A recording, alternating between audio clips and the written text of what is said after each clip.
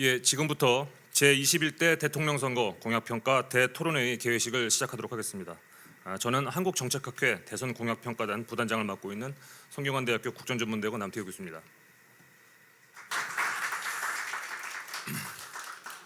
개회식 시작에 앞서 먼저 국민들에게 뵙겠습니다. 자리에 앉아 계신 네 분 외빈 여러분께서는 모두 자리에 일어서 주시기 바랍니다. 국회에 대하여 경례.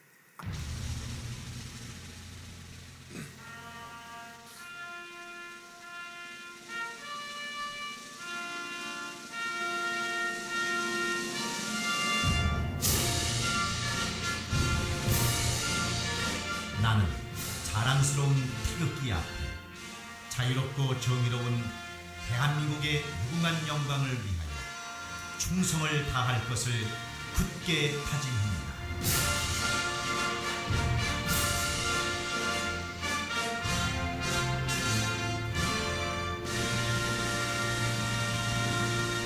바로 모두 자리에 앉아 주시기 바랍니다. 개회식은 대토론회를 주관하는 한국정책학회 회장님의 개회사, 대선공약평가단 단장님의 경과보고, 그리고 축사 순으로 진행될 예정입니다. 먼저 참석하여 자리를 빛내주신 네 분을 소개하여 드립니다. 박형준 한국정책학회 회장님께서 참석해 주셨습니다. 진성준 더불어민주당 정책위원회 의장님께서 참석해 주셨습니다. 조은희 국민의힘 정책위원회 부의장님께서 참석해 주셨습니다. 이주영 개혁신당 정책위원회 의장님께서 참석해 주셨습니다.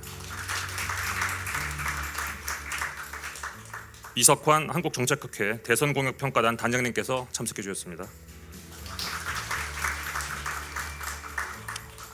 다음으로 박형준 한국정책학회 회장님의 개회사가 있겠습니다.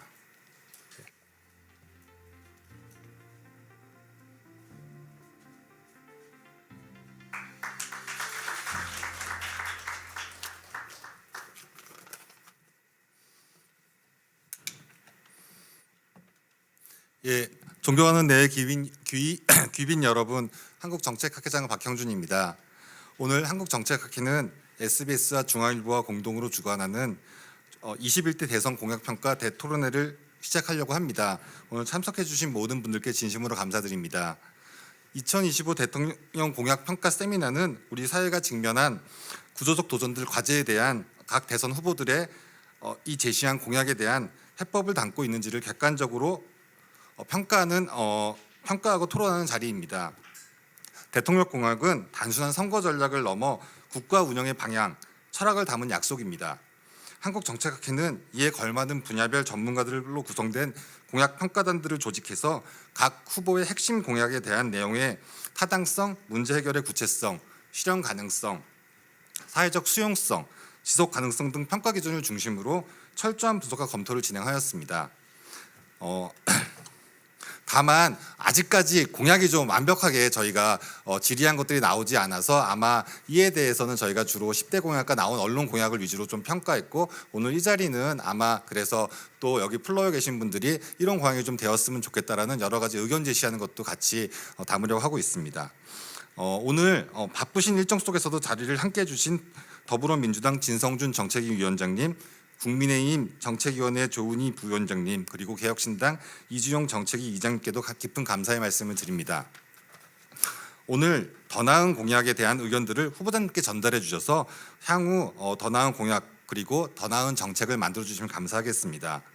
더불어 이번 평가 작업을 총괄해서 이끌어 주신 공약평가단장 이석환 단장님께도 깊은 감사 말씀드립니다. 또한 공약평가 과정에서 부단장으로 세심한 기획과 운영을 맡아주신 이인원 교수님, 남태우 교수님, 그리고 SBS 강창환 기자님, 중앙일보 예영진 편집국장님께도 감사 말씀을 드립니다. 전문성과 헌신으로 평가에 기여해 주신 공약평가단 단원 팀장님들께도 진심으로 감사드립니다. 여러분의 노고가 오늘 이 자리를 더욱 권위 있고 의미 있는 정책 토론장으로 만들었습니다. 앞으로도 오늘 이런 자리를 통해서 더욱 국민들에게 행복한 공약, 국민들이 만족하는 공약이 나왔으면 좋겠습니다. 한국정책학회는 앞으로도 학문적 엄정성과 공정성을 바탕으로 정책의 투명성, 민주적 정당성 강화를 위해 노력하고 유권자 중심의 정책, 선거 문화 정착에 기여하도록 하겠습니다. 오늘 세미나가 우리 사회의 성숙한 민주주의와 국민의 합리적인 근거 기반 정책 중심 정치 실현에 작지만 중요한 한 걸음이 되기를 희망합니다. 다시 한번 참석해 주신 모든 분들께 감사 말씀드리며 오늘 뜻깊은 토론회장이 되었으면 좋겠습니다. 예, 감사합니다.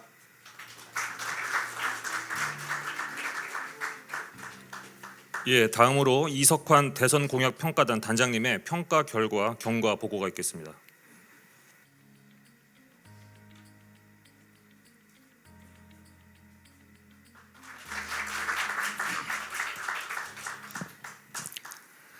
네, 안녕하십니까. 이번 제21대 대통령 선거 정책공약 평가단 단장을 맡은 국민대학교 행정학과의 이석환이라고 합니다.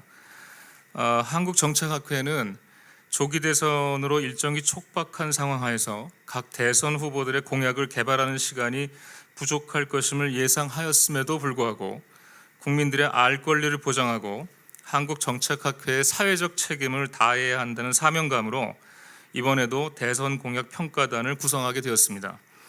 이번 평가단은 한국정책학회 소속 각 분야별 정책 전문가 26명이 총 8개의 분과로 나뉘어져서 후보들의 대표 공약들을 평가하게 되었습니다. 우선 공약 평가를 사회 분야와 경제 분야의 대분류 체계로 구성하고 총 8개 세부 분야로 나누었습니다. 구체적으로 사회 분야는 사회복지, 교육문화, 보건의료, 정치행정, 사법개혁, 그리고 경제 분야는 외교안보, 과학기술, 경제산업, 노동환경으로 나누어 설정하였습니다.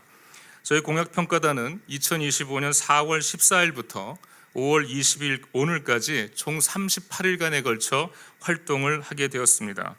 공약평가 대상 후보로는 민주당의 이재명 후보, 국민의힘 김문수 후보, 개혁신당 이준석 후보의 3인을 대상으로 평가를 하기로 결정하였습니다. 다음으로는 공약평가 자료와 관련하여 말씀드리겠습니다.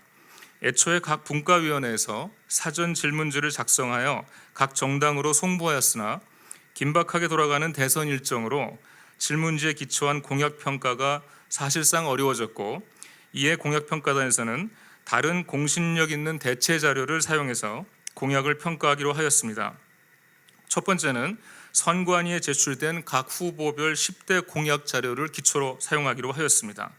그리고 두 번째는 각 후보들이 언론사를 통해서 인터뷰한 공식 자료를 참고하였습니다. 그리고 세 번째는 각 후보들이 선거운동을 하면서 언론에 보도된 자료를 참고하였습니다. 그리고 마지막으로 2025년 5월 18일 1차 TV 토론회 자료에서 다루어졌던 공약 내용들을 참고로 활용하여 공신력 있는 자료를 사용하고자 하였습니다.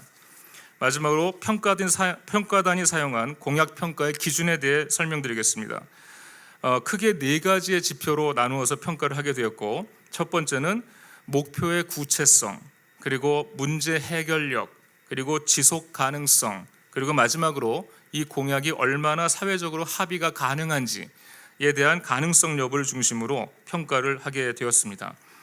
현재도 각 정당에서 최종 공약집이 발간되고 있지 못한 상황이지만 이번 한국정책학회의 대선 공약평가단의 평가 결과 발표와 이에 대한 전문가들의 토론이 각 후보들의 공약의 완성도를 높이는 데 기여하고 6월 3일 출범하게 될 새 정부의 비전 및 국정과제 수립에 기여하며 국민들에게 후보 검증을 위한 의미 있는 정보를 전달할 수 있게 되기를 진심으로 바랍니다. 오늘 특별히 자리를 함께해 주신 민주당의 진성준 정책위 의장님, 국민의힘의 조은희 정책위 부의장님, 개혁신당의 이주영 정책위 의장님, 선거 막바지에 귀한 시간을 내주셔서 축사를 위해 참석해 주신 점에 대해서 다시 한번 진심으로 감사를 드립니다. 끝으로 응축된 기간에 많은 시간을 투자해서 평가를 해주신 평가위원님들께 감사드리고 오늘 이 발제들에 대해서 전문가적인 식견으로 토론에 참여해 주실 전문가 선생님들께도 깊은 감사의 말씀을 드립니다. 다시 한번 감사합니다.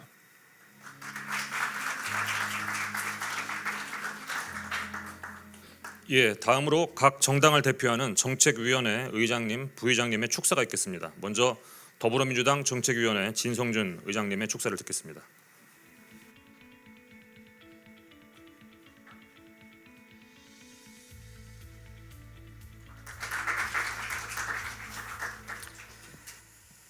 네, 안녕하십니까. 더불어민주당 정책위원회 의장 진성준입니다. 제21대 대통령 선거 정책 공약 평가 대토론회 진심으로 축하드립니다. 말씀은 축하드린다고 했습니다만 시험을 보는 수험생처럼 조마조마합니다. 저희들 나름으로는 최선을 다해서 정책 공약을 입안하고 또 그것을 국민께 발표했다고 생각합니다만 막상 평가의 저울에 올라서야 하는 입장이니까 정말 두렵고 떨리는 마음입니다. 저희 더불어민주당은 회복과 성장 그리고 행복이라고 하는 3대 비전으로 국민 통합을 실현하겠다라고 하는 목표로 10대 정책 공약을 선거관리위원회에 제출하고 발표했습니다. 이보다 훨씬 더 광범위한 공약선은 지금 최종 마무리 단계에 있는데 아마 다음 주쯤 국민 앞에 발표될 수 있을 것이라고 믿습니다. 잘 아시는 것처럼 우리는 비상계엄으로 훼손되어 버린 이 나라의 헌정 질서와 민주주의를 회복하고 또 그로 인해서 파괴되어 버린 우리 국민의 일상을 회복해야 하는 그런 과제를 안고 있습니다. 동시에 지난 정부의 실정으로 우리 경제가 대단히 어려운 상황에 처해 있는데 이런 민생 경제도 회복하고 성장시켜야 하는 그런 과제를 안고 있습니다. 이 두 가지 당면 과제가 쉽지 않은 일이라고 생각합니다. 이것을 위해서는 갈라진 국민의 마음을 하나로 통합하면서도 원칙을 세워야 되는 일인 만큼 쉽지 않은 것이라고 생각합니다. 이런 것을 정책적으로 어떻게 구현할 것인가 저희들 나름으로는 애써 고민했습니다만 모쪼록 우리 정책학회에서 그런 저희들의 뜻, 비전 이런 것을 높게 보아주시고 좋게 평가해 주시기를 부탁드립니다. 아무래도 정책 전문가들의 눈으로 평가를 하자면 기대에 미치지 못하는 점도 있을 것이고 또 한계라고 지적돼야 될 대목도 적지 않이 있을 것이라고 생각합니다. 그런 지적과 평가는 저희들이 겸허하게 수용하고 그 부족한 점들을 만회하기 위해서 최선을 다하겠습니다. 다시 한번 오늘 정책평가 토론회 진심으로 축하드리고 좋은 자리를 마련해 주신 한국정책학회 박형준 회장님을 비롯해서 모든 분들께 진심으로 감사드립니다. 고맙습니다.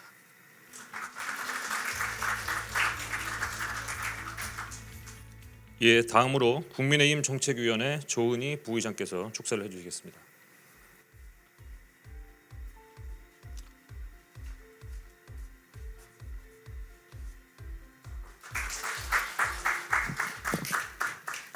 정말 반갑습니다. 저는 국민의힘 정책위 부의장을 맡고 있는 좋은 사람 조은희입니다. 지금 서초갑 국회의원입니다. 오늘 6.3 대선을 앞두고 이렇게 공약 평가 대토론회가 있다고 그래서 배우는 심정으로 달려왔습니다. 사실 이런 토론회가 있으면 정치권이 바짝 긴장하게 됩니다. 그런 만큼 토론회를 준비해 주신 박형준 회장님과 이석환 단장님 그리고 평가단 여러분께 감사드립니다. 그리고 SBS와 중앙일보에도 감사드립니다. 사실 평가단 여러분께서 38일 동안 꼼꼼하게 저희 각 정당의 이 정책들을 살펴봐 주셨는데요. 그게 쉬운 일이 아닙니다. 그리고 또 박형준 회장님께서 말씀 주신 것처럼 이게 각 정당이 자료를 내라면 그렇게 그냥 공무원처럼 싹싹 내는 정당 형태가 그런 것도 아니고 또 이게 긴급하게 치러지는 예상치 못한 대선이다 보니까 그만큼 각 정당에서도 준비하는 시간이 좀 부족했다 이런 반성을 하게 됩니다. 그래도 이렇게 정성을 들여서 토론회를 해주시는 덕분에 정치권이 또 저희 당이 바짝 긴장하면서 앞으로 또 정책에도 더 잘해야 되겠다는 또 반성을 하게 됩니다. 정말 고생 많으셨고 또 감사하다는 말씀 드립니다. 미국 정가에 이런 말이 있다고 합니다. 대선 공약은 아기와 같다. 만들 땐 재밌지만 키우기는 지옥이다. 그만큼 공약은, 특히 대선 공약은 선거 때 그냥 포퓰리즘이냐 아니면은 뭐 또 사실이 아닌 국민을 현혹하는 공약으로 그냥 끝나는 게 아니고 대한민국의 미래를 얼마나 정직하게 끌어나가느냐 하는 설계도이기 때문에 키우기가 더 어려운 그런 점에서 우리가 더 공약을 만들 때는 국민 앞에 겸손해야 된다 이런 생각을 하게 됩니다. 그래서 오늘 이런 자리는 참 시의적절하다고 생각하고요. 앞으로도 이런 대토론회를 계속 해주시면 정치권이 긴장하고 공약 하나를 할 때도 그냥 표기 위한 공허한 공약이 아니고 어떻게 하면 실행할 수 있느냐 이런 점에서 더 조심하면서 공약을 낼 거로 생각합니다. 저희 당의 김문수 후보는 오늘까지 총 13개 분야의 공약을 국민 여러분께 발표했습니다. 지역별 공약부터 사회 인프라, 교육, 기술 R&D, 미래 먹거리 그리고 오늘은 대한민국의 판을 바꿔야 된다. 그래서 임기 단축 3년으로 임기 단축하는 개헌 그리고 국회의원의 불체포 특권 포기 그리고 국회의원의 여러 가지 특권을 내려놓고 국회의원 숫자를 10% 줄이는 공약까지 이렇게 13개 분야 공약을 지금까지 발표해 왔습니다. 전문가들과 또 수차례 논의하고 또 시민단체들과 논의하고 또 자체적으로 저희 당이 반성도 하면서 어떻게 하면 국민에게 신뢰받을까 이런 점을 고민하면서 공약을 발표하고 있다는 점을 말씀드립니다. 아무리 좋은 공약이라도 실제로 현장에서 국민들의 삶을 변화시키는 공약이어야 됩니다. 그게 무조건 퍼주는 거 그리고 또 그러면서 우리나라의 또 빚을 늘리는 거나 이런 게 아니고 실제로 대한민국의 미래를 발전시켜 나가는 그런 공약을 진지한 마음으로 하는가 안 하는가 그리고 그게 얼마나 현실에 반영되는가 그게 중요한데 각 오늘 정책평가단 여러분께서 거의 40여일 동안 평가를 꼼꼼히 해주셨을 걸로 보고 저희 그 평가를 또 다시 보면서 어떻게 고쳐야 더 국민 눈높이에 맞고 현실에 맞는 공약인지 다시 한번 또 정리하도록 하겠습니다. 다시 한번 이번 대선 평가 공약 평가 토론회 개최를 축하드리고 또 이런 토론회를 개최해 주셔서 감사하다는 말씀드리고요. 함께해 주신 모든 분들께 이제 우리가 더 잘하겠다 이런 말씀을 드립니다. 그리고 오늘 논의가 대한민국의 더 나은 미래를 여는 좋은 논의가 됐으면 합니다. 감사합니다.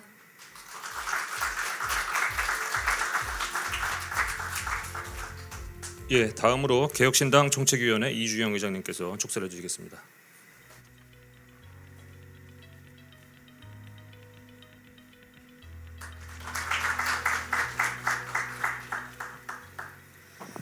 안녕하십니까. 저는 개혁신당 정책위원회 의장 이주영입니다. 오늘 이렇게 귀한 자리에 불러주신 한국정책학회 관계자 여러분께 진심으로 감사드립니다.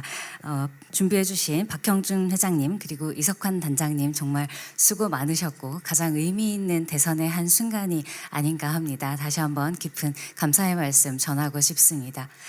아시는 분도 계시겠지만 저는 정치를 시작하기 전에 병원에 있었던 사람입니다. 병원에서는 우리가 했던 일의 결과가 좋거나 혹은 좋지 않을 때 모탈리티 모비디티 컨퍼런스라는 것을 합니다. 우리가 잘못한 부분을 분명히 짚어서 다음에는 실수하지 않고 앞으로 더 잘해보자는 뜻의 회의입니다. 케이스 리포트라는 것도 있습니다. 내가 경험한 아주 특이한 경험을 더 잘할 수 있게 혹은 다시는 실수하지 않게 하기 위해 동료들과 그 내용을 나누는 과정입니다. 제가 정치를 시작했을 때 궁금한 점은 그것이었습니다. 제가 첫 법안을 내고 또 첫 표결을 할 때 왜 정치인들의 정책과 법안은 그때 평가받지 않는가라는 의문이었습니다. 국회에는 입법조사처라는 곳이 있습니다. 그리고 큰 정당에는 그 입법과 정책을 관리하는 부처들고 또 인력도 있는 것으로 알고 있습니다. 그러나 본인의 이름으로 나간 정책과 법안이 과연 역사의 긴 흐름 앞에 평가받는 것 외에 단기, 장기적으로 우리가 정확하게 이것들을 짚고 넘어가는가 하는 점에서 저는 정치인이 된 한 사람으로서 반성하지 않을 수 없었습니다. 그렇기 때문에 오늘 이 자리가 더욱 뜻깊고 또 어쩌면 21대 대통령 선거에서 가장 중요한 장면이 아닌가 생각합니다.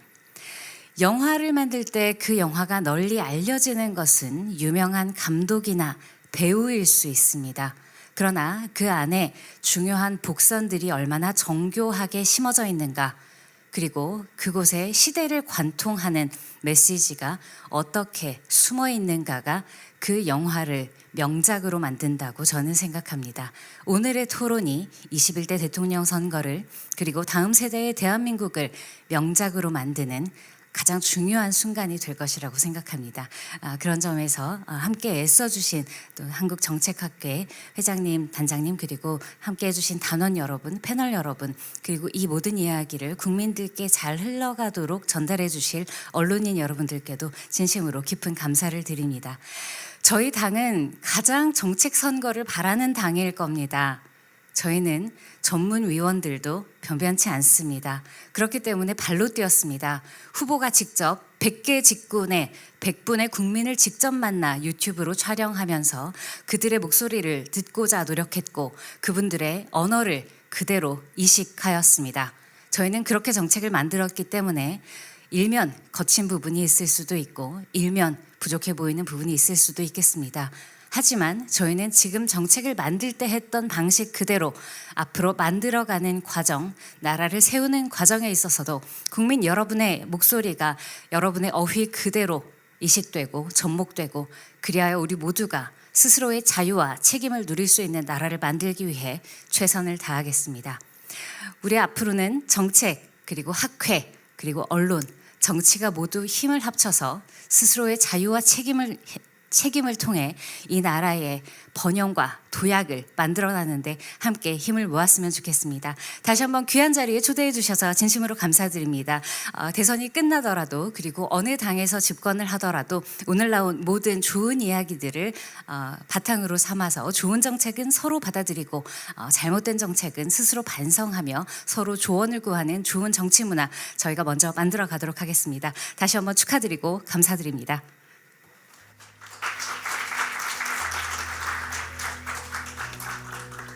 예, 세 분 정책위원회 의장님과 부의장님 뜻깊은 축사 말씀 다시 한번 감사드립니다. 이상으로 개회식을 마치도록 하겠습니다. 잠시 동안 장례를 정리하고 이어서 진행되는 분야별 공약평가 세션에 많은 참여를 부탁드립니다. 감사합니다.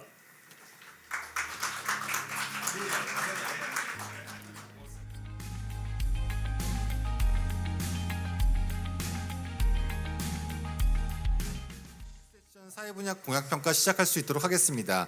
장내에 계신 분들은 좀 다 정리 부탁드리겠습니다.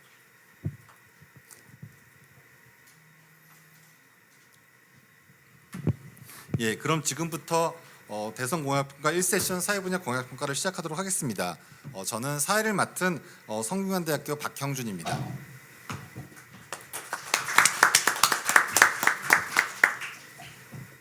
우선 참여해 주신 분들을 소개하도록 하겠습니다. 사회복지 분야 공약 평가를 맡으신 신동명 경희대 교수님이십니다. 네, 안녕하세요. 또 사회 분야 공약 평가를 맡으신 한국방송통신대 조경우 교수님이십니다. 예, 역시 사회복지 분야 공약 평가를 맡으신 중앙대 원소윤 교수님이십니다. 보건의료 분야 공약 평가는 카톨릭 관동대 주효준 교수님이 팀장을 맡으셨습니다. 네, 안녕하세요. 차의과대학의 박수영 교수님이 역시 보건의료 분야 공약 평가를 맡으셨습니다. 지금 국립공지대 황석준 교수님은 아마 지금 수업 때문에 못 오신 걸로 알고 있습니다. 다음 네 분의 토론자를 모셨습니다. 우선 중앙일보 신성식 기자님 모셨습니다. 연세대 행정학과의 최용준 교수님 모셨습니다. 네, 반갑습니다. 경향신문의 이혜인 기자님 모셨습니다. 다음 대한의사협회 기획이사신 안상준 기획이사님 모셨습니다. 그러면 저희가 시간 관계상 한 팀당 한 20분 내외로 발표를 하고 나머지 토론과 그 다음에 플로어에서 질의 있으면 받는 시간을 갖도록 하겠습니다. 그러면은 우선 사회복지 분야 공약 평가 부탁드리겠습니다. 네. 사회복지 분야 공약은 3명이 발표하기로 했습니다. 아시는 것처럼 사회복지 공약이 대선 공약에서 다른 어떠한 공약보다 중요하고 국민들의 실질적인 삶에 영향을 미치기 때문에 저희들은 그 중요성을 감안해서 3명이 발표를 하기로 했습니다. 사회복지 공약은 저희들이 크게 한 4가지 분야로 이렇게 나누어서 공약을 평가를 했습니다. 첫 번째 분야는 고령화에 따른 노후 소득 보장과 관련된 공적 연금에 대해서 다루는 파트고요.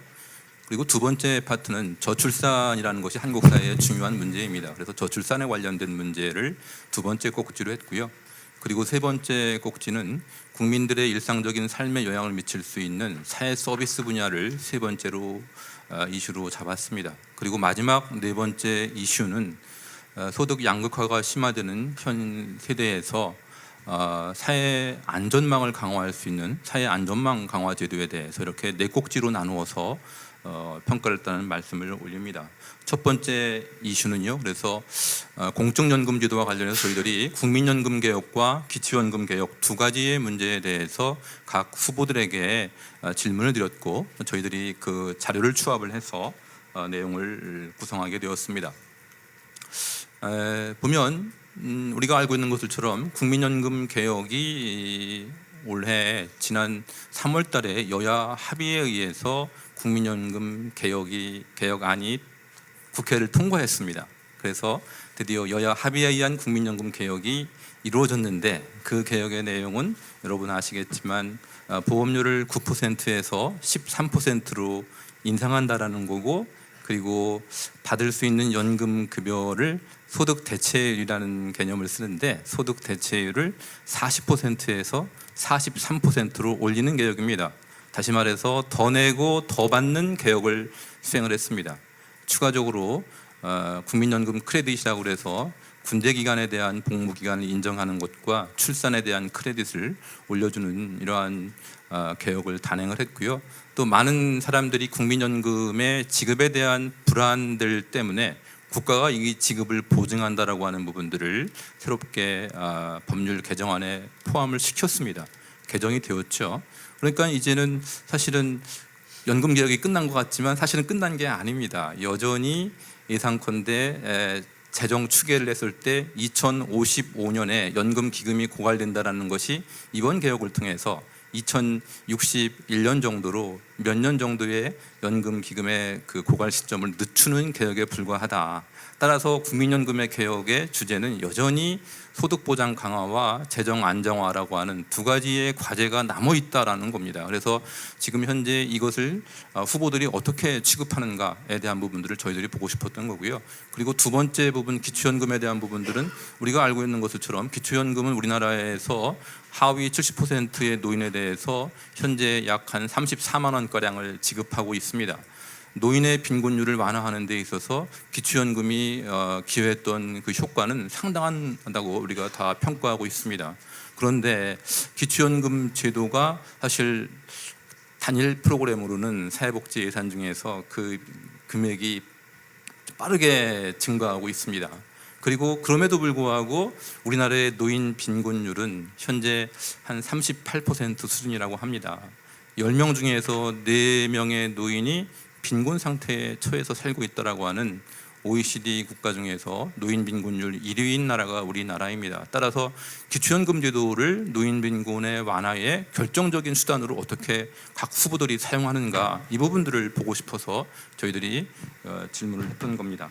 그랬을 때 이재명 후보는 뭐라고 얘기를 했냐면요.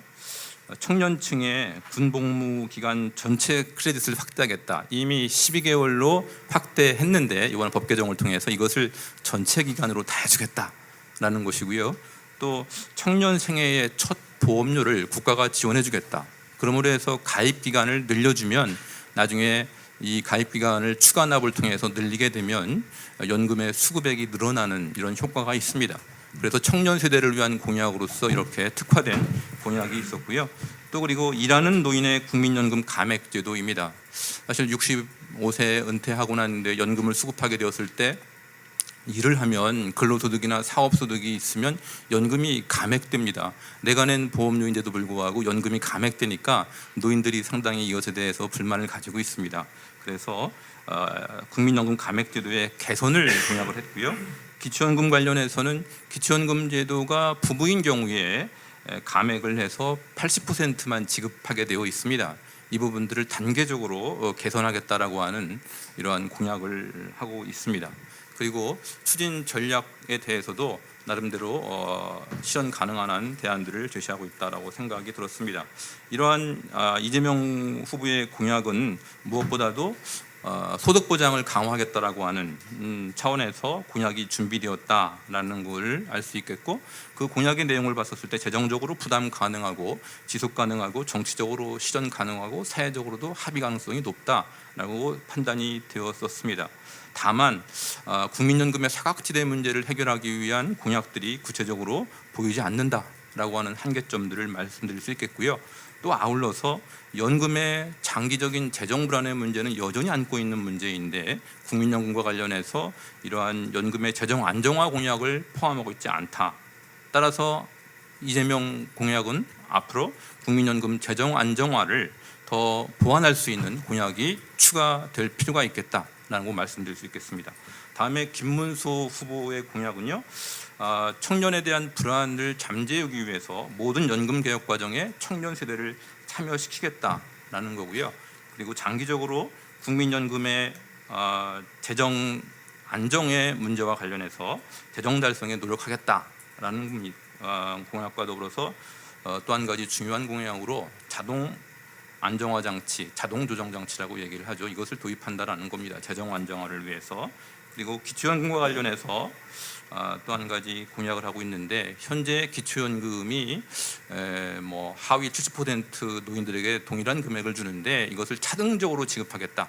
하위 50% 노인들에게 기초연금을 40만 원으로 인상하겠다. 현재 한 34만 원 받는데 이걸 40만 원으로 단계적으로 인상하겠다라는 공약을 하고 있습니다. 사실 이 공약은 윤석열 정부에서도 2026년까지 이것을 완결하고로 이미 공약했던 내용들인데 그것을 받아서 기초연금의 단계적 인상을 공약하고 있습니다. 아울러 국민연금의 감액제도를 폐지하겠다라고 해서 이재명 후보와 공약이 동일하다라고 말씀드릴 수 있습니다.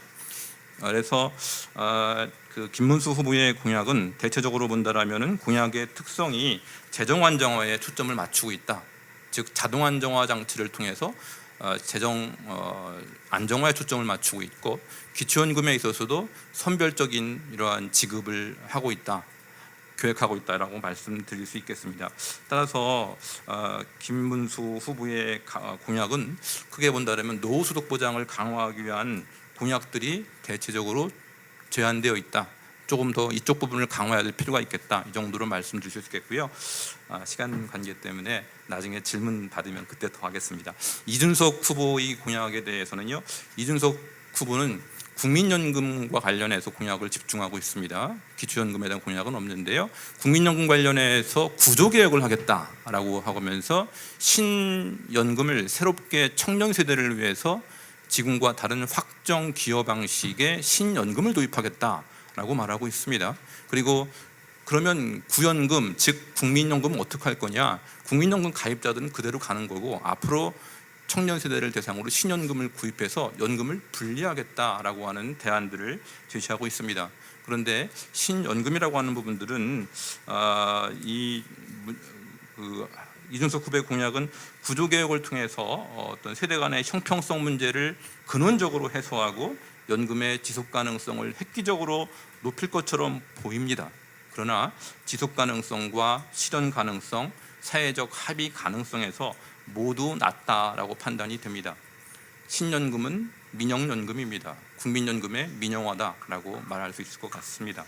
해서 신구연금의 분리 방안은 막대한 전환 비용으로 인해서 폐기된 대안입니다. 사실은 이게 KDI에서 주장했었다가 안 되었던 대안인데 이것을 하겠다라고 하니까 사실은 실현 가능성이 좀 떨어진다라고 판단이 되고요.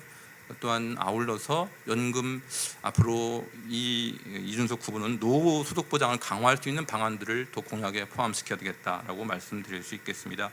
결과적으로 이재명 후보는 소득 보장 기능 강화를, 김문수 후보는 재정 안정화와 선별적인 소득 보장을, 그리고 이준석 후보는 구조 개혁을 주장하고 있습니다. 하지만 여전히 그 비슷한 점도 있습니다. 이재명 후보와 김문수 후보는 국민연금의 감액제도의 개선 혹은 폐지를 공약하고 있기 때문에 공통 공약이다라고 말씀드릴 수 있습니다. 국민연금이 앞으로 개혁이 되었지만 공적연금의 소득 보장 강화와 그리고 재정 안정화를 위한 균형된 공약이 각 후보들에게는 필요하다라는 말씀을 올리고, 아울러 노인 빈곤율 40%인 한국의 현실을 고려했었을 때 사실 공적 연금을 강화하기 위한 조치는 새 후보가 동일하게 고민해야 될 중요한 공약이다라는 말씀을 올려드립니다. 이상으로 마치고 두 번째 파트 저출산에 대한 부분들을 조경훈 교수님께서 해주시겠습니다. 좀 압축적으로 해주시면 감사하겠습니다. 네, 방송대 조경훈이와 빠르게 진행하도록 하겠습니다. 네, 저출산 문제 관련된 정책 그 공약들을 살펴보았고요. 사실은 지금 앞에 보시는 질문이 두 개인데요. 일단 저출산 문제에 대한 재정 지원 파트, 그다음에 일가정 양립 지원에 대한 파트로 살펴보았는데, 사실은 추가적인 질문이 더 있었습니다. 특히 이제 인구 정책 관련돼서 조금 더 넓은 범위에서 어떤 시각을 가지고 있는가에 대해서도 좀 고민이 있었는데, 그거는 나중에 마지막에 간단히 말씀을 드리도록 하겠고요.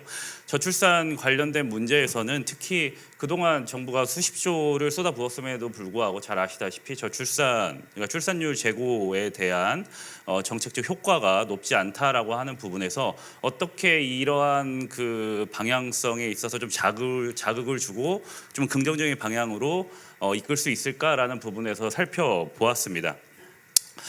이재명 후보 같은 경우와 이제 김문수 후보 같은 경우에 이제 여러 언론 보도에서 이미 이제 좀 논의가 되었지만 상당히 비슷한 공약들이 많이 있었습니다. 특히 이제 앞에서 보고 계신 것처럼 소득공제라든가 이제 그 세액공제라든가 하는 부분에서의 혜택을 주는 부분에서의 좀 지원 정책을 많이 발표를 하셨고, 기본적으로 저출산 관련된 부분이기 때문에 난임 부부라든가 또 신혼 부부의 내 집 마련이라든가 하는 부분에서의 정책들이 많이 좀 유사한 부분이 있었습니다. 유사점과 차이점 중심으로 진행을 해 나가면서 빠르게 설명을 드리도록 하겠습니다. 근데 이제 이재명 후보 같은 경우에는 특징이라고 하는 부분, 그러니까 타 후보와 차별되는 부분이 무엇이 있을까라고 하는 부분에서 이제 나오는 부분이 소상공인에 대한 육아휴직 확대라든가, 그다음에 더 나아가서 어린이에 대한 돌봄에 대한 사회적 책임을 강화하는, 즉 정부가 이러한 부분에서 좀 적극적으로 많은 지원을 좀 전방위적으로 이제 하는 그러한 부분에서 김문수 후보와의 큰 차이점이 있다라고 말씀을 드릴 수가 있겠고요. 물론 이제 여기 중간쯤에 있는 온 동네 초등 돌봄 체계 같은 것들은 상당히 실제로 아이를 키우는 부모들 입장에서 좀 관심을 가질 만한 부분이기는 하지만, 구체적으로 어떻게 실현될지에 대해서는 조금 더 좀 살펴볼 필요가 있을 것 같고 기다리고 있습니다. 그다음에 말씀드린 것처럼 어린이에 대한 안전이라든가 그다음에 보호 같은 부분을 이제 많이 논의가 되고 있고요. 특히 좀 눈에 띄는 것은 이 맨 아래에 있는 아동 수당의 지급 연령을 17세까지 단계적으로 확대하는 부분이 있습니다. 이 부분이 타 후보와 차이점이 있는 부분이겠고요. 앞서서 이제 다시 돌아갔을 때 제가 이제 중간에 있는 우리 아이 자립 펀드 같은 경우에 잘 아시겠지만 성년이 되었을 때 한 5천만 원 정도의 시드머니를 지원해 줄 수 있는 그러한 과정에서 부모가 이제 적립을 하고 거기에 맞추어서 정부가 매칭해서 적립을 하는 그러한 펀드인데요. 거의 같은 정책이 김문수 후보에게도 있습니다. 그러한 부분에서 차이점이 있고, 네, 다음은 김문수 후보로 넘어가도록 하겠습니다.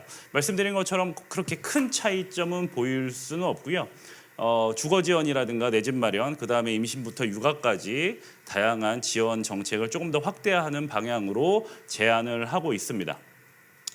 말씀드린 것처럼 앞서 이재명 후보의 펀드, 적립펀드와 거의 같은 정책이 이제 우리 아이 첫걸음 계좌 같은 것이 있습니다. 그리고 이제 육아부부의 부담을 덜기 위한 돌봄에 대해서 좀 확대하겠다라는 부분이 있고, 소득세 폭 확대와 같은 부분도 사실은 거의 같은 맥락이라고 보여집니다. 다만 이제 그 돌봄 같은 경우에 24시간 돌봄 시설이라든가 긴급 돌봄 시설 같은 것을 구체적으로 어떻게 구현할지에 대해서는 조금 궁금한 부분이 있습니다. 이재명 후보와 김문수 후보의 차이점이라고 한다면, 말씀드린 것처럼 저리 보이는 우리 아이 첫 걸음 계좌 같은 유사한 정책이 있지만, 이것을 보완하는 측면에서의 정책이 조금 더 이재명 후보가 탄탄하다고 보여집니다. 특히 이제 아동 수당을 확대한다라고 하는 부분에서는 이제 우리 아이 첫걸음 계좌라든가 적립펀드 같은 경우에는 굉장히 좀 의미가 있는 정책으로 보이지만, 사실은 그 매달 10만 원을 부모가 적립하는 것이 부담스러운 좀 이제 취약계층 같은 경우에 이것이 얼마나 효과가 있을까라고 하는 부분에서 좀 제한성이 있는데, 이재명 후보 같은 경우에는 그런 것을 보완할 수 있는 아동 수당을 확대하는 방향성이 보여지기는 하지만, 김문수 후보 같은 경우에는 그런 부분에서 약간의 좀 아쉬운 부분이 있다. 다만 또 반대급부로 이재명 후보 같은 경우에는 그만큼 이제 복지 재정의 재정적인 부담이 좀 더 가중될 것으로 보여지는데, 그러한 것에 있어서 기존에 있었던 타 정책, 그러니까 저출산 대응 정책과는 어떻게 좀 균형을 맞춰가면서 늘리고 줄여갈지에 대해서 조금 의무점이 있기는 합니다. 마지막으로 이준석 후보에 대해서는 다자녀 핑크 번호판 제도만 저희가 확인을 할 수가 있었는데, 사실은 이것이 의미가 있는 저출산 공약으로 보여지지는 않습니다. 특히 저출산, 그러니까 출산을 하려고 하는 의도가 이제 생기거나 그다음에 다자녀로 갈 수 있는 부분에서의 어떤 좀 정책적인 유인, 정책 대상에 대한 유인이 있을 만한 정책이어야 하는데, 사실은 요거가 그 어떤 유인이 있는 정책이라고 보기는 좀 제한적이기 때문에 좀 더 적극적인 정책이 좀 기대가 되는 부분이 있고요. 아까도 처음에 말씀드린 것처럼 사실은 좀 더 넓은 범위에서 인구 관련된 어떠한 그 부처라든가 아니면 다른 기구라든가 하는 부분에서의 좀 적극적인 조직 개편 관련된 논의가 대선 전에는 좀 양당에서 또 새 당에서 공이 있었던 것 같은데, 대선 국면으로 들어오면서 그러한 부분에서의 논의가 좀 제한적인 것 같습니다. 그래서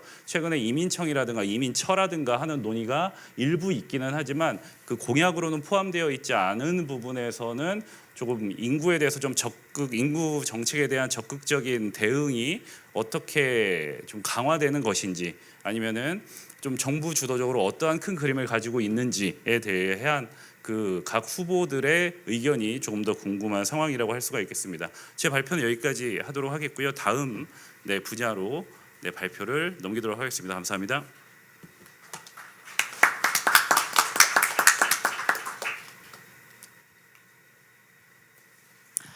안녕하세요. 중앙대학교 원소연입니다. 저는 돌봄 서비스 및 일자리 창출과 사회 안전망 관련한 부분에 대해서 각 후보들의 공약을 확인하고 간략하게 그에 대한 평가를 진행하도록 하겠습니다. 우선 저희 돌봄 서비스 및 일자리 창출 관련해서 저희가 준비한 질문 2가지였습니다. 첫 번째는 돌봄 종사자의 인력 공급 확대 및 처우 개선, 그리고 지역사회 내 통합 돌봄 서비스 개선을 위한 공약이었습니다. 관련 공약을 검토한 결과 이재명 후보 같은 경우는 우선 돌봄의 기본사회 추진이라는 그 타이틀을 걸고 간호간병 통합서비스 통합병동 확대, 지역사회 통합돌봄 서비스 통합돌봄 체계 구축 등 아동, 청년, 어르신 이런 다양한 계층들을 대상으로 한 돌봄 서비스 공약을 제시를 하였습니다. 그리고 발달장애인, 생애주기별 외로움 정책, 고령사 대응을 위한 통합적 지원 체계 마련, 요양병원 간병비 건보 적용 등의 다양한 그 돌봄 기본사회 관련 공약들을 제시하였습니다. 이러한 이재명 후보의 공약은 돌봄의 사회화 그리고 공공성 실현을 위해서 지금 굉장히 저출산 고령화뿐만이 아니라 가족의 돌봄 기능 약화 등으로 돌봄의 사회화가 돌봄의 사회화 공공화가 굉장히 중요한 이슈로 등장하고 있는데 이런 부분들에 있어서 굉장히 긍정적으로 돌봄의 기본 사회를 추진하겠다는 공약은 긍정적으로 평가가 됩니다. 다만 최근 들어 이제 돌봄에 있어서 가장 현장에서 가장 큰 이슈로 제기되고 있는 돌봄 서비스 공급자에 대한 어떤 양적 질적 확대 방안을 모색할 필요가 있습니다. 특히 지역 통합 돌봄 서비스 그리고 간호간병 통합병동 확대 같은 경우는 기존 정부에서 계속적으로 이제 확대 혹은 통합 체계 구축이라는 그런 그 정책으로 진행이 되고 있는데 이 확대가 가장 어려운 것들은 사실 현장에서의 얘기를 들어보면 간호 인력 혹은 그 실질적으로 서비스를 제공하고 있는 케어 그 돌봄 서비스 그 공급자의 부족 문제가 가장 심각합니다. 그래서 이런 그 공급자에 대한 처우 개선을 포함해서 국가가 어떻게 이 공급자들을 양적 질적으로 공급을 확대할 것인지에 대한 좀 더 구체적인 대안 제시가 필요하다고 볼 수 있습니다. 또한 요양병원 간병비 건보적용 같은 경우는 약 15조가 추정이 되는 막대한 재원이 소요가 되는 것으로 추정이 되기 때문에 이 부분에 있어서도 재정의 지속 가능성, 건보 재정이라든지 장교양보험 재정 지속 가능성 관련해서 국고 토입이라든지 이런 좀 더 구체적인 재원 마련 방안이 필요할 것으로 예상이 됩니다. 김문수 후보 같은 경우는 어르신 돌봄과 자립의 균형 체계 강화, 장애인 생애 주기별 지원 강화라는 그 돌봄 관련 공약을 제시하였는데 이 돌봄 김문수 후보의 주요 공약들은 현재 시범사업 혹은 본사업 형태로 진행 중인 사업들로 이를 확대 및 발전을 어떻게 시킬 것인지에 대한 좀 더 명확한 비전을 제시할 필요가 있다고 생각이 듭니다. 또한 앞서 이재명 후보 공약 평가에서도 말씀드린 것처럼 이를 위한 인력 및 재정 문제에 대한 근본적인 해결 방안 제시가 필요합니다. 마지막 질문은 양극화 해소를 위한 사회 안전망 강화 및 형평성 기반의 복지 시스템 강화입니다. 첫 번째 질문은 사회 안전망 강화를 위한 여러 가지 소득 보장 제도에 관련 공약, 주거 안전망 강화를 위한 공약이었습니다. 첫 번째 이재명 후보의 공약을 보면 오늘도 이제 이재명 후보가 페이스북에 관련 공약을 올렸는데 기본사회 실현을 위한 생애 주기별 소득보장 체계 구축으로 해서 기존의 그 소득 취약계층이었던 아동, 청년, 요보 아동, 청년, 노인뿐만 아니라 문화예술인, 농민, 1인 가구, 한부모, 근로빈곤층 등 다양한 집단을 대상으로 사회 안전망을 강화를 소득 안정망을 강화하겠다는 그런 공약을 제시한 것은 긍정적으로 평가가 됩니다. 그렇지만 저소득층이나 복지사각지대 같은 기존의 취약계층의 그 소득 양극화 문제가 점점 심각하게 부각됨에 따라서 이런 기존의 소득 취약계층을 위한 공공부조들을 어떻게 확대할 것인지 그리고 수당을 어떻게 차등적으로 지급할 것인지에 대한 공약은 좀 부족해 보였습니다. 또한 최근 정부의 급증하는 재정 적자를 감안을 했을 때 이런 그 공약 실현을 위한 재정에 대한 조달 방안을 어떻게 할 것인지에 대한 부분들을 좀 더 구체적으로 제시할 필요가 있어 보였습니다. 김문수 후보 같은 경우는 디딤돌 소득 도입까지 현재 서울시에서 실행하고 있는 디딤돌 소득을 전국으로 확대하겠다는 공약을 이제 중점적으로 내세웠고 또 청년의 여러 가지 주택이라든지 저축 지원 이런 자산 형성 지원에 관한 공약들을 제시하였습니다. 그런데 디딤돌 소득 같은 경우도 그 앞서 이재명 후보에서도 지적했듯이 막대한 재원이 소요될 것으로 예상되기 때문에 김문수 후보의 다른 공약인 중산층에 대한 대폭적인 감세 이런 또 다른 공약들을 감안을 했을 때 이 재원 조달을 어떻게 할 것인가에 대한 대안 제시가 필요할 것 같습니다. 이준석 후보는 청년 대상 정책금융상품 출시라든지 주택연금에 대한 확대 활성화 이런 공약들을 제시를 하였는데 이런 공약들은 사실 저소득층이라든지 기존의 소득 취약계층을 대상으로 하는 그 정책이라기보다는 어떻게 보면 좀 주택을 가지고 있는 일부 정기고령층, 그다음에 상환 능력이 있는 일부 청년을 대상으로 한 정책으로 볼 수 있어서 사실 취약계층에 대한 소득 보장으로는 조금 한계가 있지 않을까 평가를 할 수 있었습니다. 사회 안전망 강화 관련해서 마지막으로 이재명 후보는 이제 보편이라든지 준보편적인 그런 수당들을 확대하는 그런 정책들을 많이 제시를 하였고 김문수 후보는 저소득층 중심의 선별복지 확대에 초점을 맞추고 있었습니다. 이재명 후보는 양극화 해소를 위해서 저소득층에 대한 좀 더 공공부조 확대라든지 소득의 차등 지원이라는 그런 정책들을 조금 더 강화할 필요가 있어 보였고 김문수 양 후보 모두 재정의 그 지속 가능성, 재정 조달 방안에 대한 좀 더 구체적인 방안을 제시할 것이 필요한 것으로 보였습니다. 이상으로 마치겠습니다. 감사합니다. 예, 감사합니다. 다음 주효진 팀장님 부탁드리겠습니다.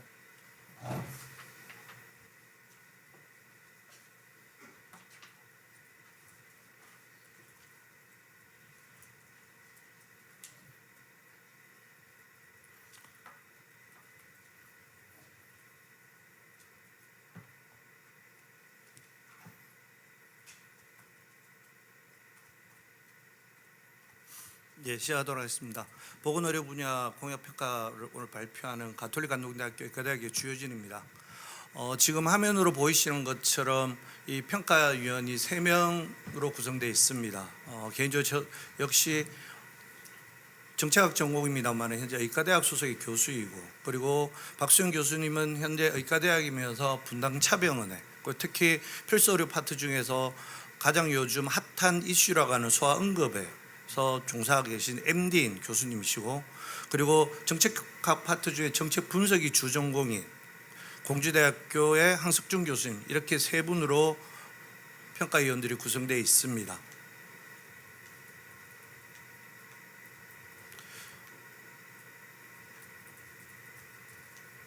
네, 지금 보시는 것처럼 대부분 저희들이 정책학자들이 정책을 얘기할 때 현재 이슈가 중요하다, 그리고 그 이슈가 문제가 된다, 그러면 그 문제는 해결해야 된다, 그리고 그것을 해결하기 위해서 정책이 만들어지고, 그것은 우리는 합리적이거나 또는 옳은 정책이라고 표현을 합니다. 화면에 보시는 것이 현재 대한민국의 오늘 시점에 가장 큰 보건의료 파트의 핫 이슈라고 볼 수 있습니다. 따라서 모두에서 말씀 주셨던 평가단장님 말씀처럼 3명의 후보가 현재 이슈화가 되어서 정책 문제로 인지되고 있는 부분들이 이번에 대통령 선거에서 어떻게 정책으로 구체화되어 있는지를 지금 보여드리는 4가지의 평가 기준을 가지고 3명의 평가위원들이 평가했다는 말씀을 드리겠습니다. 앞서 모두에서 평가단장도 경과보고에서 얘기를 했습니다만, 현재 3명의 후보들은 전체적으로 선거관리위원회에 제출한 10대 공약, 그리고 후보자들이 선거 과정 속에서 직접적 정책 공약화 되어서 언급한 것, 그리고 각 정당에서 선거대책본부에서 또는 선거대책위원회에서 얘기한 공약들 중에서 보건의료와 직접적 관련 있는 부분들을 추천했습니다. 보시는 것처럼 세 후보자의 정책 부분, 특히 보건의료 부분의 양쪽 부분에서 약간의 차이가 있는 것이 확연히 드러납니다. 그건 저희가 속칭 준비되는 과정 속에서 이재명 후보의 경우에는 한 번 출마 경험이 있다라는 전제 조건 하에 지난번에 정책이 어느 정도 베이스를 가지고 있다. 두 번째, 김문수 후보의 경우에는 정책의 과정 속에서 선거 후보를 선출되는 과정도 짧았을 뿐만 아니라, 그리고 보건의료 부분에 대한 정책 부분에 대한 약간의 시급성 부분들에서 조금 차이가 있는 것 같습니다. 또 하나는 이준석 후보의 경우에는 보시는 것처럼 앞서 개혁신당의 정책위원장도 설명을 주셨습니다만 아직은 정책이 완전체라고 하기에는 조금은 미비한 점이 있습니다. 특히 보건의료 분야의 경우에는 10대 선관위 경우에 제출한 자료에도 보면 보건의료 정책 분야는 명시가 되어 있지 않습니다.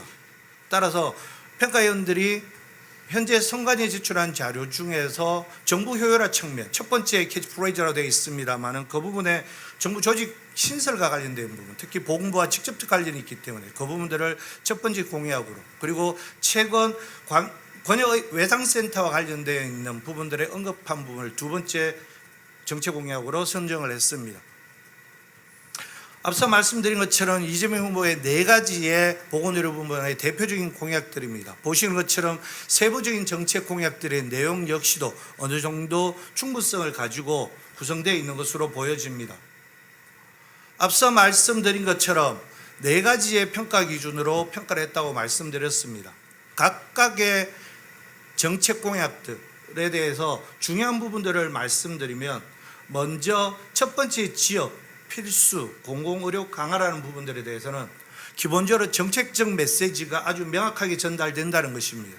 그리고 현재 대한민국의 의료 대란 또는 의료 사태라고 지칭되고 있는 현 시점에서 응급과 필수 1차 의료라고 하는 부분들이 얼마나 중요한지를 유기적인 관계 속에서 정책 공약으로 보여주고 있습니다. 하지만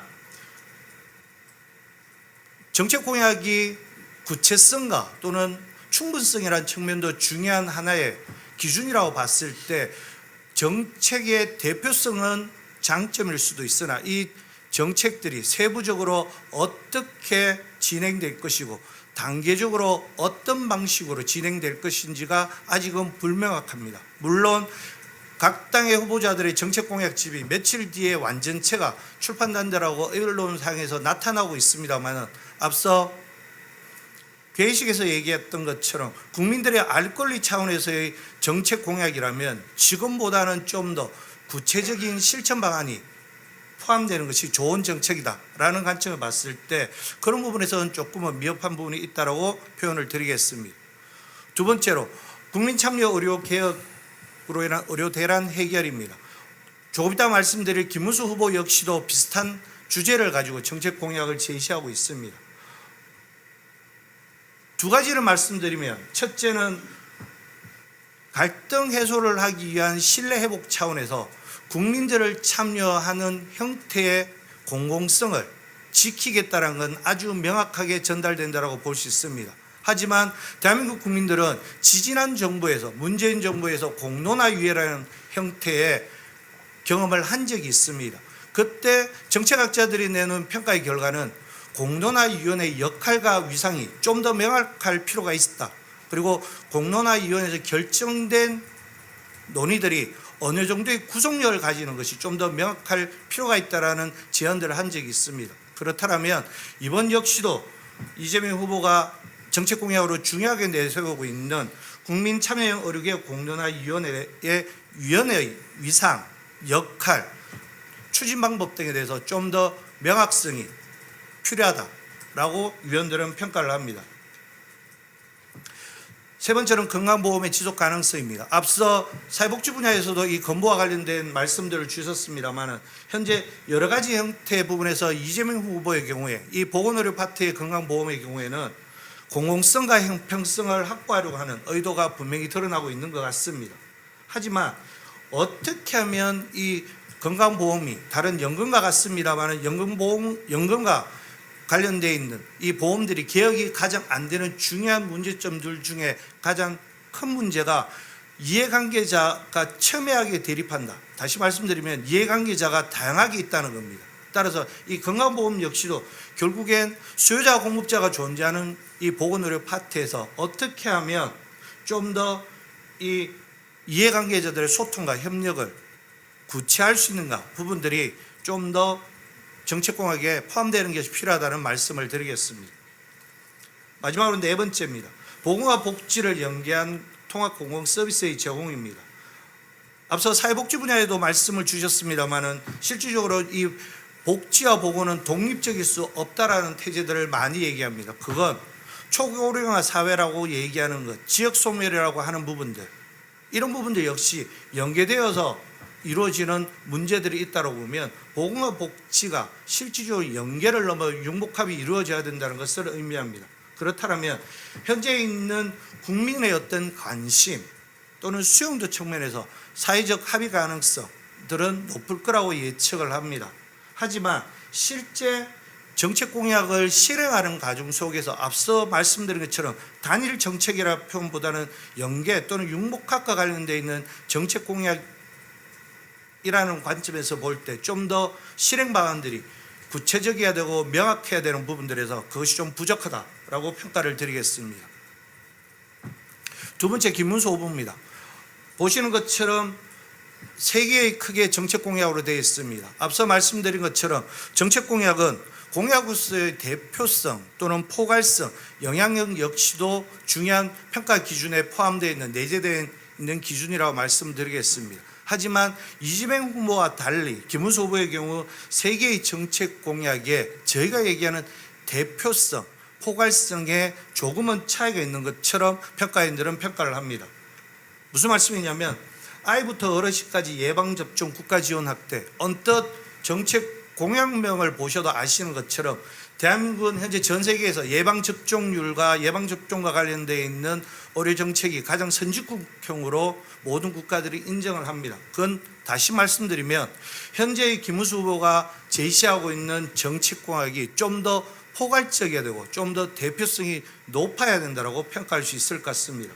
그리고 전체적으로 정책 공약의 포괄성이 약하다는 건 좀 더 세부성이 강하다고 봤을 때 정책 공약의 실현 가능성은 다른 타업의 어떤 공약보다도 높을 수밖에 없다라는 평가를 드리겠습니다. 두 번째로 의료 안전망 복구 그리고 합리적 의료 시스템의 구축입니다. 앞서 말씀드렸던 이재명 후보의 두 번째 대표 공약과 비교 논의가 가능한 정책 공약이기도 합니다. 앞서 이재명 대표가 공론화위원회 형태의 국민 참여를 강조했다면 김문수 후보의 경우에는 대통령 직속이라는 명기라는 미래의료위원회를 두겠다는 표현과 함께 국민뿐만 아니라 의대생이라고 하는 특정 영역에 참여 구성을 확정적으로 발표하고 있습니다. 그건 다시 말씀드리면 김문수 후보가 현재 이 의료 대란과 관련되어 있는 문제들을 해결하는 의지가 구체적으로 명확하게 정책 공약에 드러난다고 볼 수 있습니다. 하지만 후보자가 예시하고 있는 6개월 만에 해결하겠다고 하는 부분들이 자칫 잘못하면 정책 공약이 하나의 포퓰리즘 정책 또는 정치화될 수 있는 우려가 있다라는 말씀을 드리겠습니다. 또 하나는 공론화위원회도 똑같습니다만은 특히 대통령 직속의 위원회 경우에는 더더욱더 위원회가 과연 독립성을 가지고 있는가, 위원회가 가지고 있는 위상과 역할 그리고 결정 사항에 대한 구속력이 어느 정도 가지고 있느냐가 위원회의 성공이라고 본다면 현재 지금의 정부에서도 대통령 직속뿐만 아니라 여러 형태의 위원회가 원활하게 기능하고 있지 못하다는 관점에서 봤을 때 현재 김문수 후보의 공약 역시도 어떻게 하면 위원회의 구성과 운영을 잘할 수 있는지에 대한 부분들이 좀 더 명확하게 정책 공약에 포함되어야 된다라는 말씀을 드리겠습니다.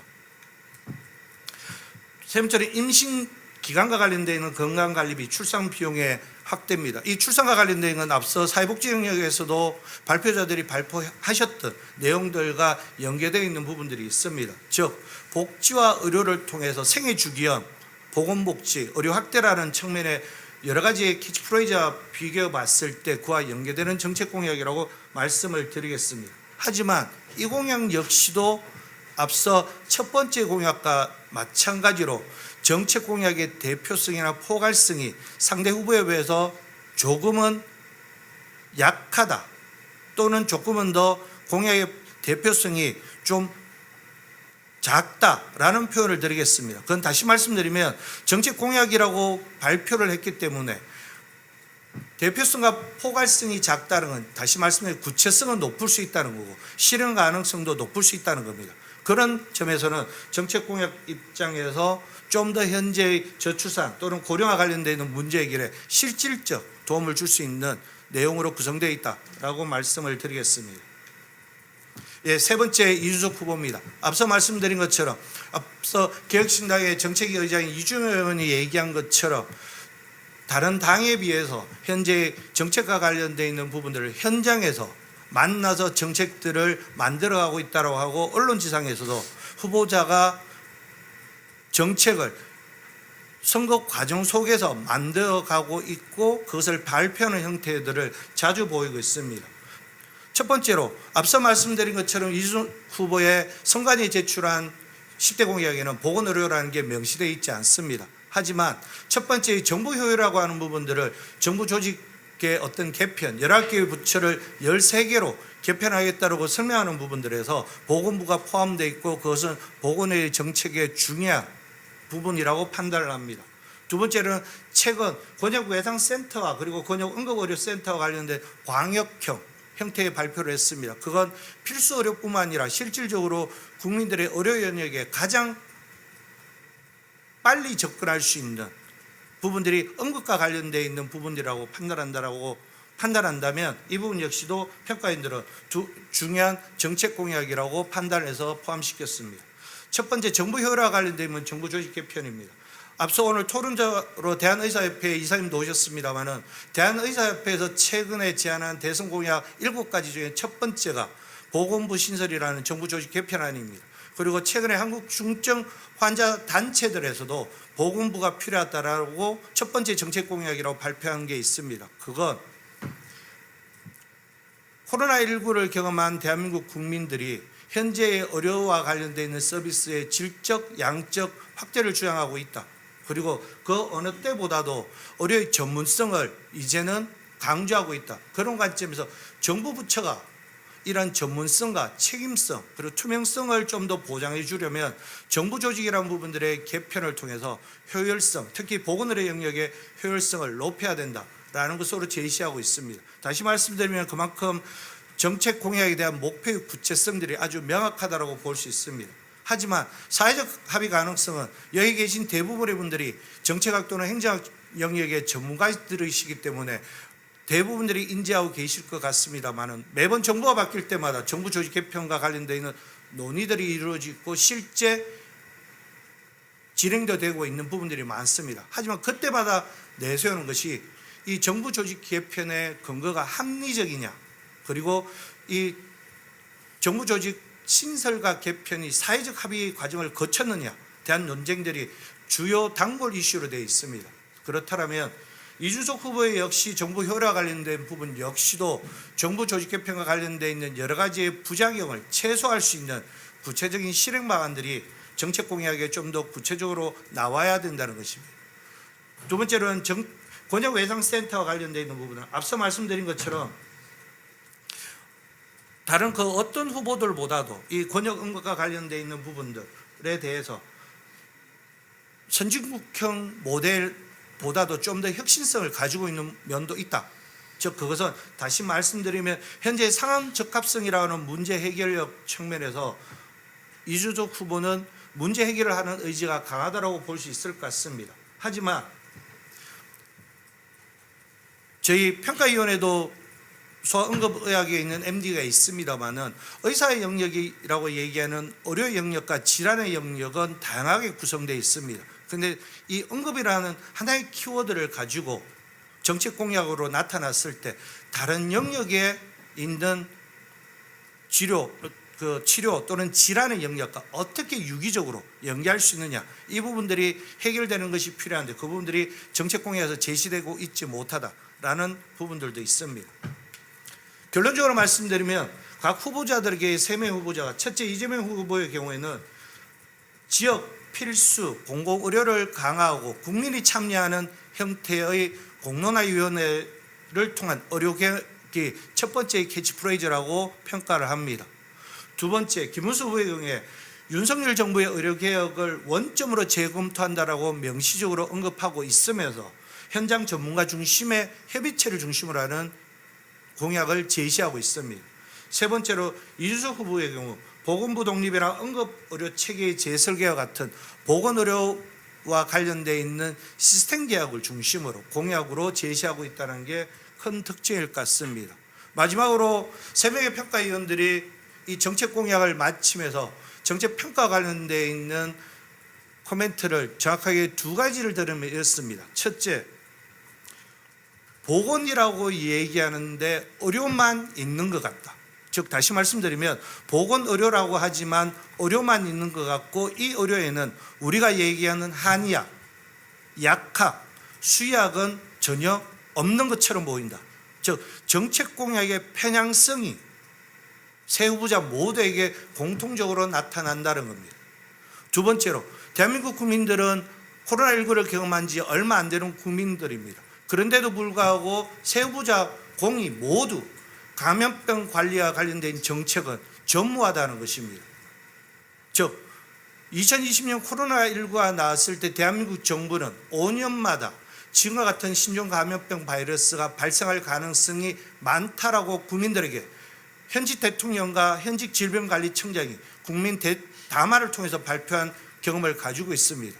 그런데도 불구하고 5년이 지나서 이루어지는 대통령 선거에서 감염병 관리와 관련된 언급이 전혀 정책 공약으로 나타나 있지 않다는 점, 이 부분들은 차후에라도 어떤 당이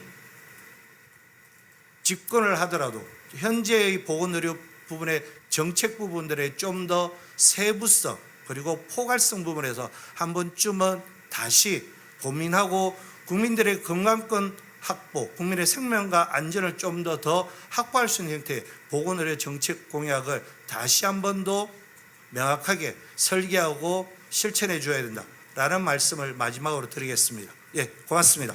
예, 감사합니다. 시간이 좀 없는 관계로 네 토론자들께 한 5분씩밖에 못 드리는 좀 양해 드리고요. 일단 복지 분야에 대해서 신성식 기자님 부탁드리겠습니다. 예, 반갑습니다. 전체적으로 공약이 좀 맥이 많이 떨어지고요. 아무래도 뭐 좀 공약이 너무 적고, 그 다음에 좀 파편적인 것 같고요. 전체 좀 길게 했으면 전체 맥락에 맞는 공약을 내놨을 텐데 지금은 그게 아닌 것 같고요. 후보별로 이렇게 공약 평가하신 걸 제가 말씀을 드리면 이재명 후보의 기초연금 관련된 부분, 국민연금 관련된 부분은 노무소득 보장 강화에 필요하다고 생각하고 합의 가능하다는 부분에 대해서는 동의합니다. 그런데 이제 우리 그 평가단께서 그 중에 소득 있는 연금을 삭감하는 부분을 없애자.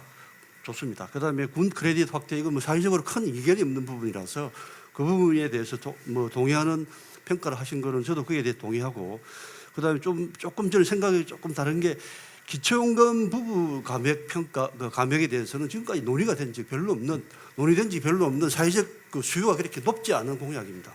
그런데 이 부분에 대해서 이제 전체 노후소득 보장을 강화한다는 측면에서는 뭐 긍정적으로 볼 수 있을지 모르겠지만, 여기 계신 분들 아시다시피 기초생활보장에서 1인 가구하고 2인 가구를 그 생계급여를 비교하면 2인 가구가 곱하기 2가 아니거든요.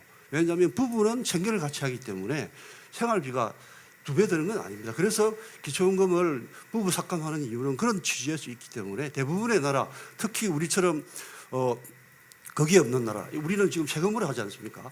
일본처럼 보험료로 하는 나라는 그 부부 삭감이라는 게 있을 수가 없죠.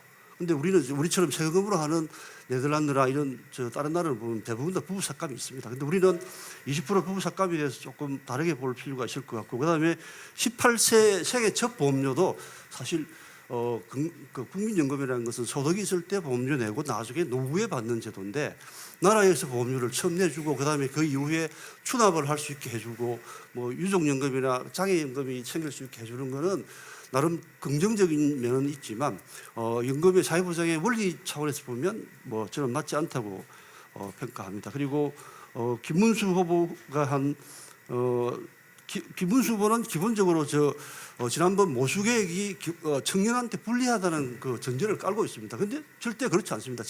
제가 봤을 때는 아니 뭐 거기서 한 보험료 똑같이 청년한테 올라가고 그다음에 장년한테 올라가고 다 그렇습니다.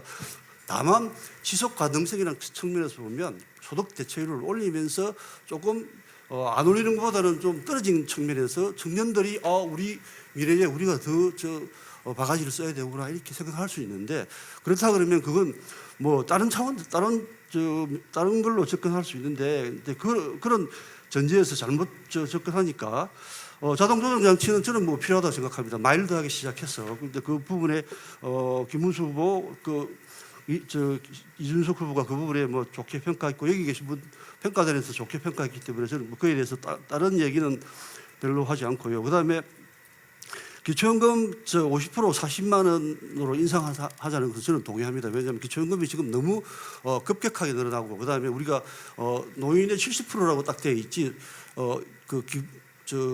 우리 중위소득의 기본 중위소득의 몇 프로라고 이렇게 선을 꺼놔야 되는데, 노인의 70%라는 기준선이란 아주 이해하기 힘든, 사회복지에서 이해하기 힘든 기준이 지금 설정되어 있기 때문에 너무 많이 급격하게 늘어나기 때문에, 그리고 노인 빈곤율 38%를 낮추려면 기준 중위소득의 50% 이하에 있는 저소득 구간들 노인한테 좀 더 얹어주는 것은 좀 필요하다고 생각하기 때문에 김문수 후보의 그 공약에 대해서는 여기서도 좋게 평가했고 저도 뭐 그렇게 생각합니다. 그다음에 이준석 후보의 신구연금 분리는 앞에 두 후보가 그 구조개혁이라는 말을 구조개혁 방안에 대해서 제안하지 않은 것에 비해서 이 후보의 그 제안은 굉장히 파격적인데 파격적이긴 하지만 사실 실행 가능성이 굉장히 낮습니다. 왜냐하면 지금 현재 국민연금이 2,200조 정도의 미정기 부채를 갖고 있습니다. 그러면 부연금의 2,200조를 세금으로 메우든지 뭘 메워야 되는데 그게 불가능하기 때문에 이게 신부연금의 실행 가능성에 대한 의문을 지금까지 해왔던 거고요. 그다음에 평가단에서 만일에 그 신부연금으로 간다고 했을 때 신연금이 갖고 있는 소득 재분배 기능이 사라지는 점, 그래서 연금이 민영화되는 거다라고 이렇게 평가를 했던데 저는 그걸 동의하지 못합니다. 연금 민영화는 다른 차원의 문제거든요. 그런데 그걸 연금 민영화라고 평가한 것, 왜냐하면 우리가 2014년에 기초연금을 도입할 때 사실 국민연금의 소득 재분배 기능을 없애든지 더 낮춰야 되는데 그래야만 이게 맞습니다. 기초연금이라는 것은 저소득층 위주로 굴러가는 제도로 새로 도입하면 국민연금이 갖고 있는 과도한 소득 재분배 기능은 낮춰주거나 없애야 되는데, 근데 그 기초연금이 들어온 마당에 그 기초연금, 신연금을 도입하면서 소득 재분배 기능을 없애는데 그 연금 민영화라고 이렇게 평가한 것은 조금 좀 아쉽습니다. 그리고 시간이 별로 없기 때문에 마지막으로 제가 의료 부분만 간단하게 말씀을 드리면 이재명 후보가 오늘도 뭐 말씀하시고 많이 하던데 굉장히 모호합니다.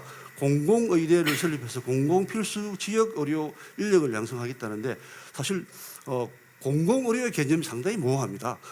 지금 우리가 이번에 1년간 겪은 걸 보면 공공의료기관이 물론 코로나 때는 많이 역할을 하는데 이번 사태에서 보면 오히려 민간 의료기관들이 훨씬 더 지금 이 의료 공백을 많이 메워줍니다. 그런 차원에서 보면 필수 의료 기능이나 이런 기능을 하는 데 있어서 공공과 민간의 구분은 사실 없습니다. 민간이 서울대병원이나 아산병원에 장기 이식을 하고 그다음에 암 수술을 하는 것은 이거는 민간 의료입니까? 아니거든요. 이게 공공적인 의미가 있기 때문에 굳이 공공의료라고 해서 공공의대 설립이라고 하는 것은 저는 문제가 있다고 생각하고요. 그다음에 공공병원을 확충하는 것도 우리 지금 의료 공급은 적지가 않습니다. 그래서 그 공공병원 확충하는 것도 좀 문제가 있고 저는 좀 더 명확하게 앞으로 정책을 수행한다 그러면 공공의대든 뭐 어떤 형태의 의대를 설립하더라도 세 가지입니다. 필수 의료 인력을 양성하는 것, 지역 의사를 양성하는 것, 이 두 가지에다가 그다음에 지방의 어떤 의료 접근성을 강화하는 것, 이 세 가지 목적이라 그런다면 모호합니다. 지금 군의관을 양성하기 위한 아마 공공의대를 얘기하는 것 같기도 하고요. 의료사관학교. 근데 거기서 만일에 지역의사를 양성할 수 있을까요? 그다음에 거기서 필수의사를 양성할 수 있을까요? 그렇지 않을 겁니다. 저는 지금 이재명 후보가 아마 전 정부도 그랬고 현 정부도 지금 전남의 의대를 신설한다고 그랬는데 그거하고 관계가 어떻게 될지 좀 잘 모르겠고요. 그래서 저는 군 의료에 필요한 인력을 양성해야 되고 그다음에 지역의 의사를 양성해야 되는데 그 방법으로 가장 좋은 거는 일본의 자치의대 같은 게 저는 좋다고 생각합니다. 각 지자체에서 2~3명씩 받아서 키워서 다시 돌려보내서 지역에 근무하게 하고 필수 분야에 근무하게 하는 방식. 그다음에 각 대학에 추가 티오를 줘서 지역에 근무할 의사를 일본은 9년간 복무시키는데 그런 의사를 방식으로 가는 게 좋을 것 같고요. 그다음에 이준석 후보의 보건부 신설에 대해서는 좀 고민할 게 많은 것 같습니다. 지금처럼 복지부의 보건과 복지부를 떼내면 별 의미가 없고요. 굳이 한다 그러면 학생보건, 근로자보건, 각 부처에 흩어진 보건을 다 가져와서 보건부를 만들든지. 그런데 한편으로 보면 지금 현재 우리가 초고령화 시대 되면서 보건과 보건과 복지가 결합하는 방식입니다. 특히 돌봄의 영역에 있어서. 그다음에 제가 노인을 돌보는 방식에서는 보건과 복지가 같이 붙어야 됩니다. 그런 면에서는 보건부 독립은 좀 시대의 흐름에는 좀 맞지 않을까 그런 생각이 듭니다.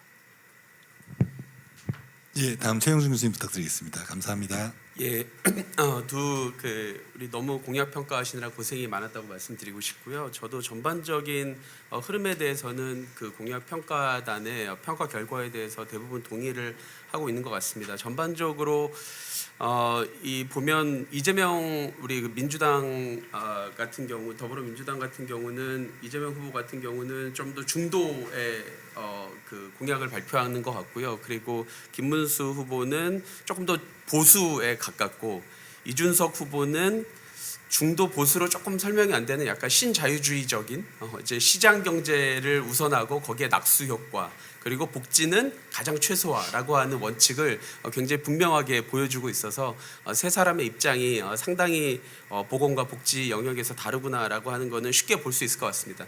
그럼에도 불구하고 지난 한 몇 번의 대선의 공약들과 만약에 우리가 비교를 좀 해본다면 이렇게 그 과감하고 담대한 공약이 없는 조금 밋밋한 그런 공약들로 구성된 그런 대선이 아닌가 싶은 생각이 들고 아무래도 뭐 증세 이제 정치가 더 중요한 선거 이제 이 아마 이슈가 그래서 그렇기도 한 것 같고요. 그리고 또 다른 측면에서는 모든 후보가 증세를 이야기하지 않는 상황에서 이제 과감한 그런 사실은 공약을 하기가 좀 어려운 그런 부분들도 좀 있어 보입니다.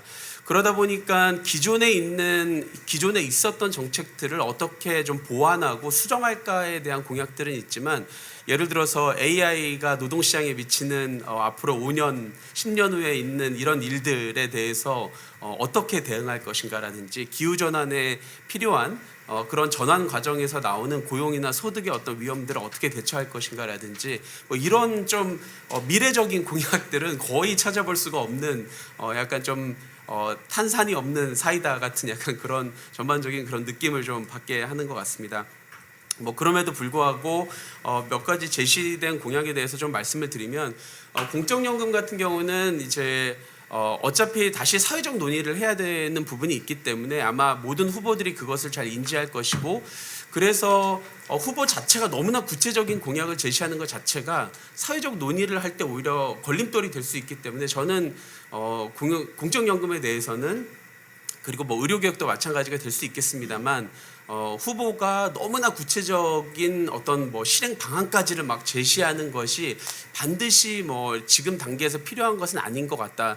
그럼에도 불구하고 어떤 방향성이 이제 좀 제시될 필요는 있었던 것 같고요.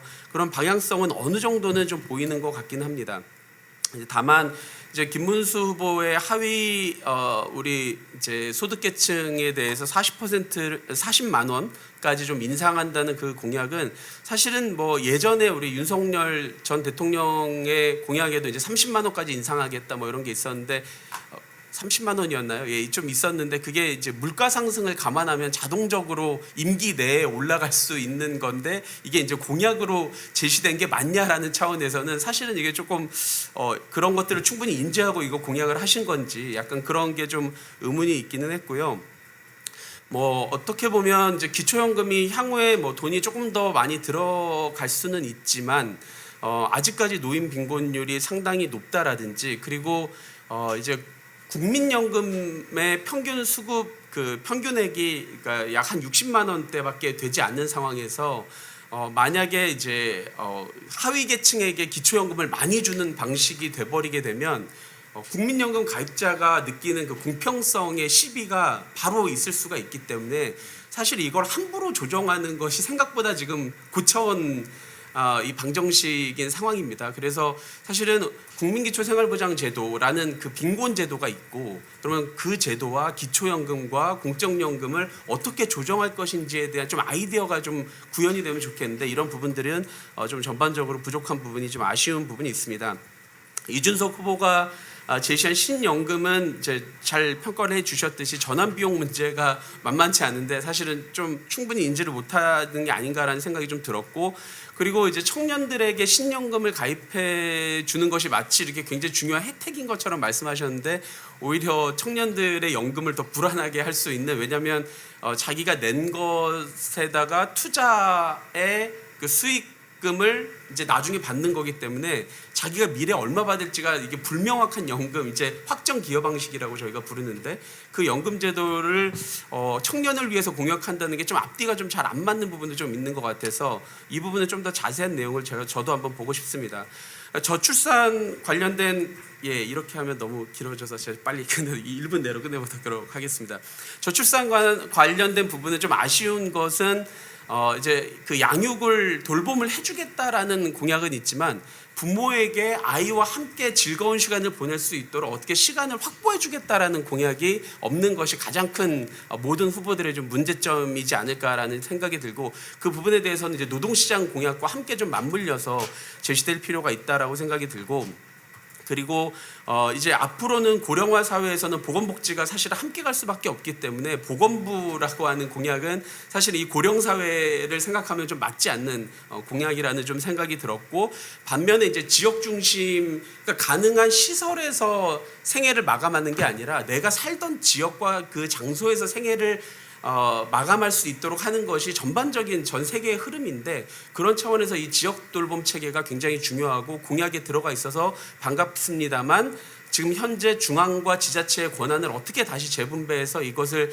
구현하게 할 것인지, 보건과 복지가 어떻게 함께 일하게 할 것인지에 대한 공약이 부족해서 이런 부분들이 좀 아쉽고, 소득 안전망에 대해서는 너무 공약이 없는데 김문수 후보의 디딤돌 소득 공약이 이제 눈에 확 띄었는데, 그 부분은 사실은 이제 서울시에서 디딤돌 소득을 하고 있지만 그 결과가 아직 충분히 사회적으로 검증이 안 된 상황에서 이걸 전국으로 확대하겠다는 공약을 하셨다는 게 조금 너무 섣부른 공약이 아닌가 싶은 생각도 동시에 들었습니다. 필수 의료라든지 공공성, 저는 뭐 대체로 저는 공감을 하고 좀 구체적인 방안들은 좀 사회적으로 함께 논의하면서 만들어갔으면 하는 바람입니다. 예, 여기서 마치도록 하겠습니다. 예, 감사합니다. 다음 이혜인 기자님 부탁드리겠습니다. 예, 안녕하세요. 경향신문 이혜인 기자입니다. 그 앞에서 많이 말씀해 주셔서 짧게 정리를 해봤는데요.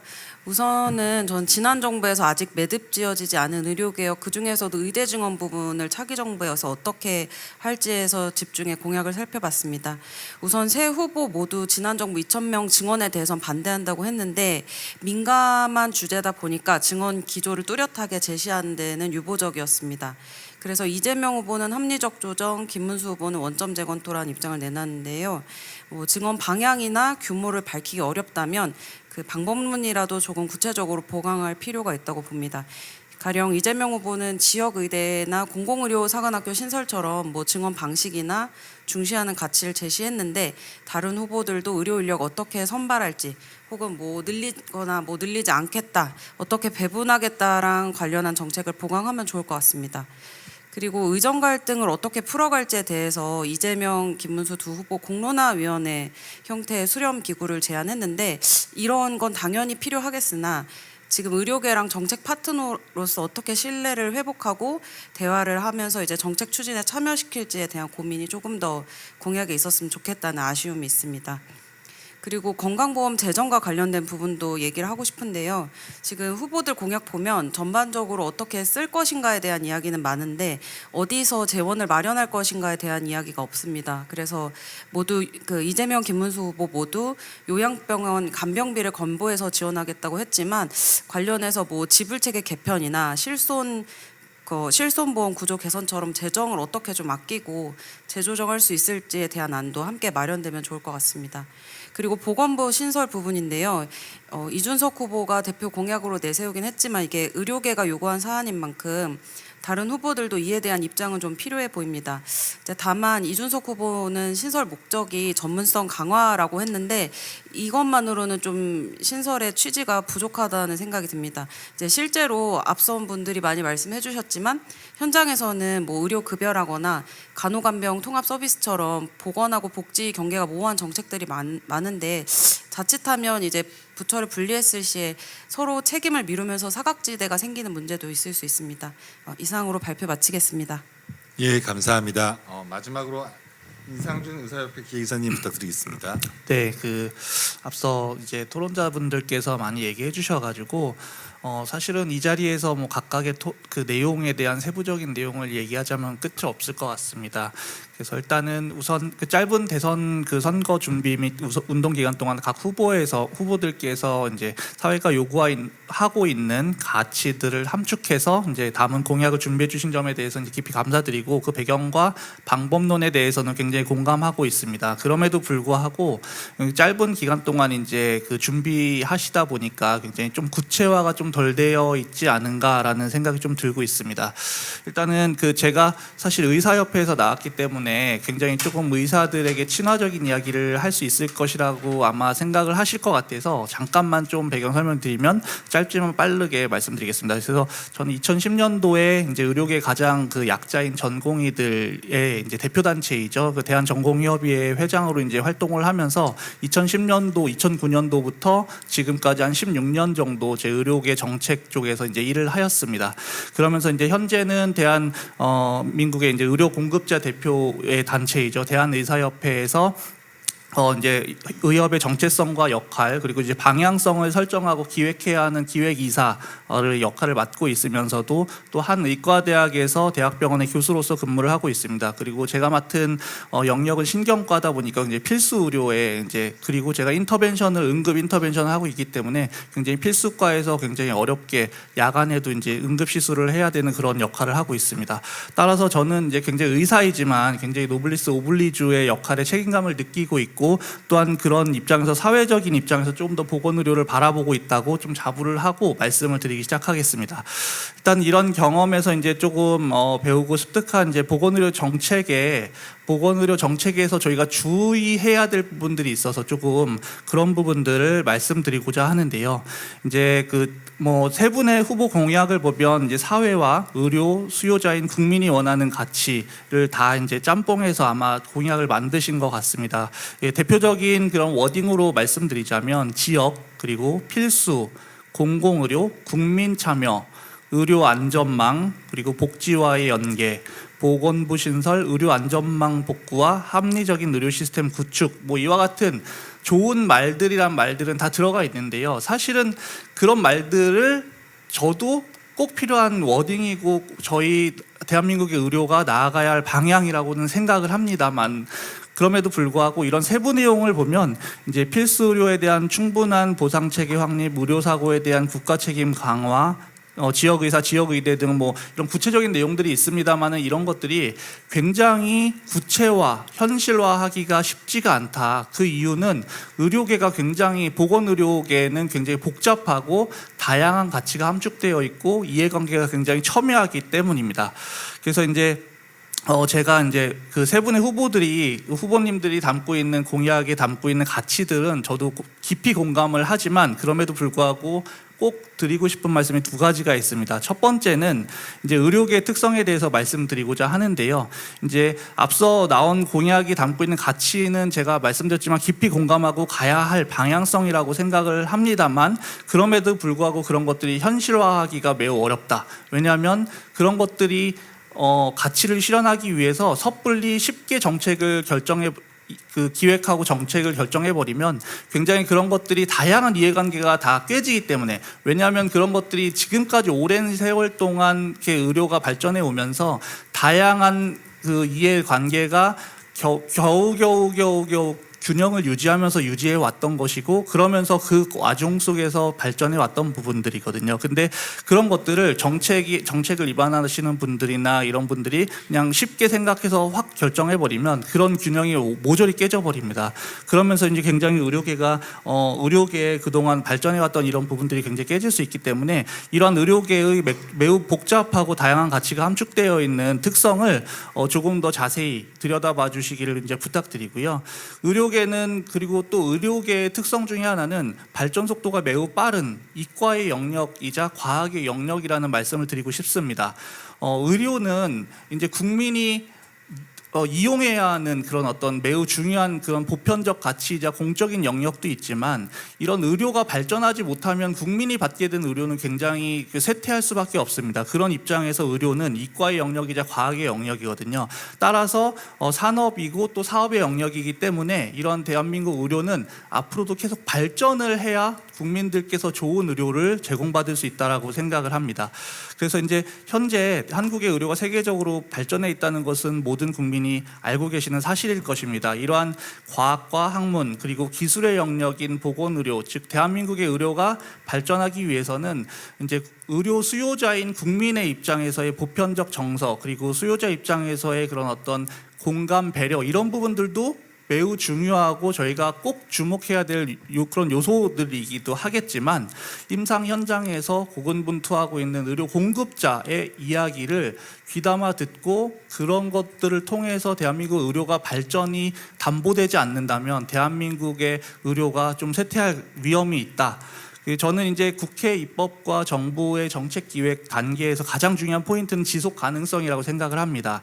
의료라는 것이 이제 지속을 담보를 해야 되는데 현재와 같이 약간의 이제 소비자 입장에서의 편의성과 공감, 보편적 정서의 영역과 이제 의료 공급자의 입장에서의 그런 어떤 과학과 학문 그리고 발전의 영역을 두 개의 가치를 크게 놓고 봤을 때 저희가 무엇이 더 중요하다라고 이야기는 어렵겠지만 이제 적어도 의사이면서도 교육자이고 그리고 적어도 15년 동안 제가 의료정책 영역에서 참여해 오면서 노블리스 오블리주의 책임감을 느낀다고 자부하는 저의 입장에서 진짜 객관성을 유지하고 본다 하더라도 대한민국 의료가 조금은 더 의료 수요자의 입장에서를 조금 더 강조하는 것이 아닌가, 정책의 입안이나 입법하는 데 있어서 그렇게 좀 느껴지는 바입니다. 하지만 앞서 말씀드렸지만 의료라는 것은 굉장히 과학의 영역, 학문의 영역, 발전을 해야 하는 산업의 영역인 만큼 의료 공급자의 그런 어떤 입장들도 배려를 꼭 해야 되겠다. 그러지 않으면 대한민국의 미래 먹거리인 의료가 점점 쇠퇴할 가능성도 있겠다라고 조금 말씀을 드리고 싶습니다. 현재 임상 현장의 의료인들은 많이 지쳐 있고 패배감에 좌절하는 분들이 점점 많아지고 있습니다. 그리고 특히 대학에 있는 교수들도 굉장히 그런 어떤 의사들의 그런 역할에 그 회의감을 느끼면서 이제 굉장히 그 대학을 그만두고 대학병원에서 이제 사직을 하는 분들도 많이 있고요. 또한 최근 젊은 의사들의 행동들도 이런 패배감과 어려움에 기인해서 이제 시작됐다고 말씀드릴 수 있겠습니다. 따라서 이제 지금처럼 이렇게 전문가, 의료 현장의 전문가의 목소리를 귀담아 듣지 않거나 혹은 이런 것들이 담보가 발전이 담보되지 않는다면 대한민국 의료가 지속 가능하지 않을 수 있기 때문에 이런 보건의료의 특성을 전문성을 조금 더 존중해 주시기를 부탁드리고요. 두 번째로 마지막으로 드리고 싶은 말씀은 이런 보건의료의 전문성을 확보하기 위해서는 조금은 더 바람직한 논의와 소통을 위한 의료계 거버넌스의 구축이 필요하다는 것을 말씀드리고 싶습니다. 현재는 정책을 입안하거나 혹은 이제 국회에서 입법 단계에서 임상 현장의 목소리가 잘 반영되지 못하고 있기 때문에 노선의 변경과 정책의 실패가 일어난다고 생각을 합니다. 특히나 성장과 분배, 공급과 수요라는 입장에서 다양한 가치를 함유하고 있는 보건의료의 영역에는 이 수많은 의료 인력이 참여하고 있습니다. 의사들뿐만 아니고 간호사들, 의료기사들, 그리고 이제 그런 어떤 그 보건행정 전문가들, 사회복지사들 다양한 의료 인력이 참여하고 굉장히 노동 집약적인 산업이기 때문에 굉장히 이해관계가 얽혀 있기 때문에 이런 것들을 이해하지 못한 상황에서 단순히 미사일 버튼 누르듯이 정책을 입안하게 되면 굉장히 그런 것들이 위험할 수 있다라고 말씀을 드릴 수 있겠습니다. 그래서 앞서 이제 그런 어떤 대한민국의 의료 미래 먹거리 산업이죠. 이제 의료 산업의 그런 어떤 공급자의 입장에서 정확하게 우리가 좀 더 소통에 기획 단계부터 그런 공급자의 입장이 반영되는 그런 어떤 소통이 좀 더 원활하게 되지 않는다면 굉장히 지속 가능하지 않을 수 있겠다라고 말씀드릴 수 있겠고요. 그래서 마지막으로 드리고 싶은 말씀은 어떤 분께서 대통령이 되시더라도 대한민국의 미래 먹거리 산업인 보건의료 발전을 위해서 의료계와 소통을 조금 더 긴밀하게 해주시기를 부탁드리고 의료 발전을 위해서 애쓰고 있는 의료인들이 더 지치지 않게 잘 소통해서 대한민국의 의료가 지속 가능할 수 있도록 만들어주시기를 부탁드리겠습니다. 감사합니다. 예, 감사합니다. 저희가 시간이 좀 지났는데 그래도 혹시 플로어에서 꼭 이 말은 해야 되겠다 하시는 분 계시면은 한두 분 정도 얘기 듣고 갈 수 있도록 하겠습니다. 예.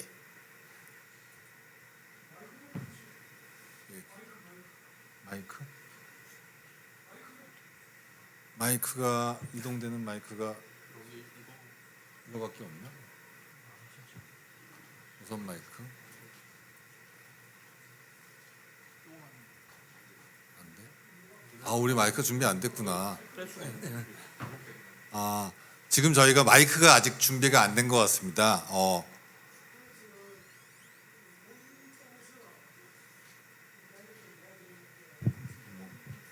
앞에 나와서 해주셔도 상관없을 것 같은데.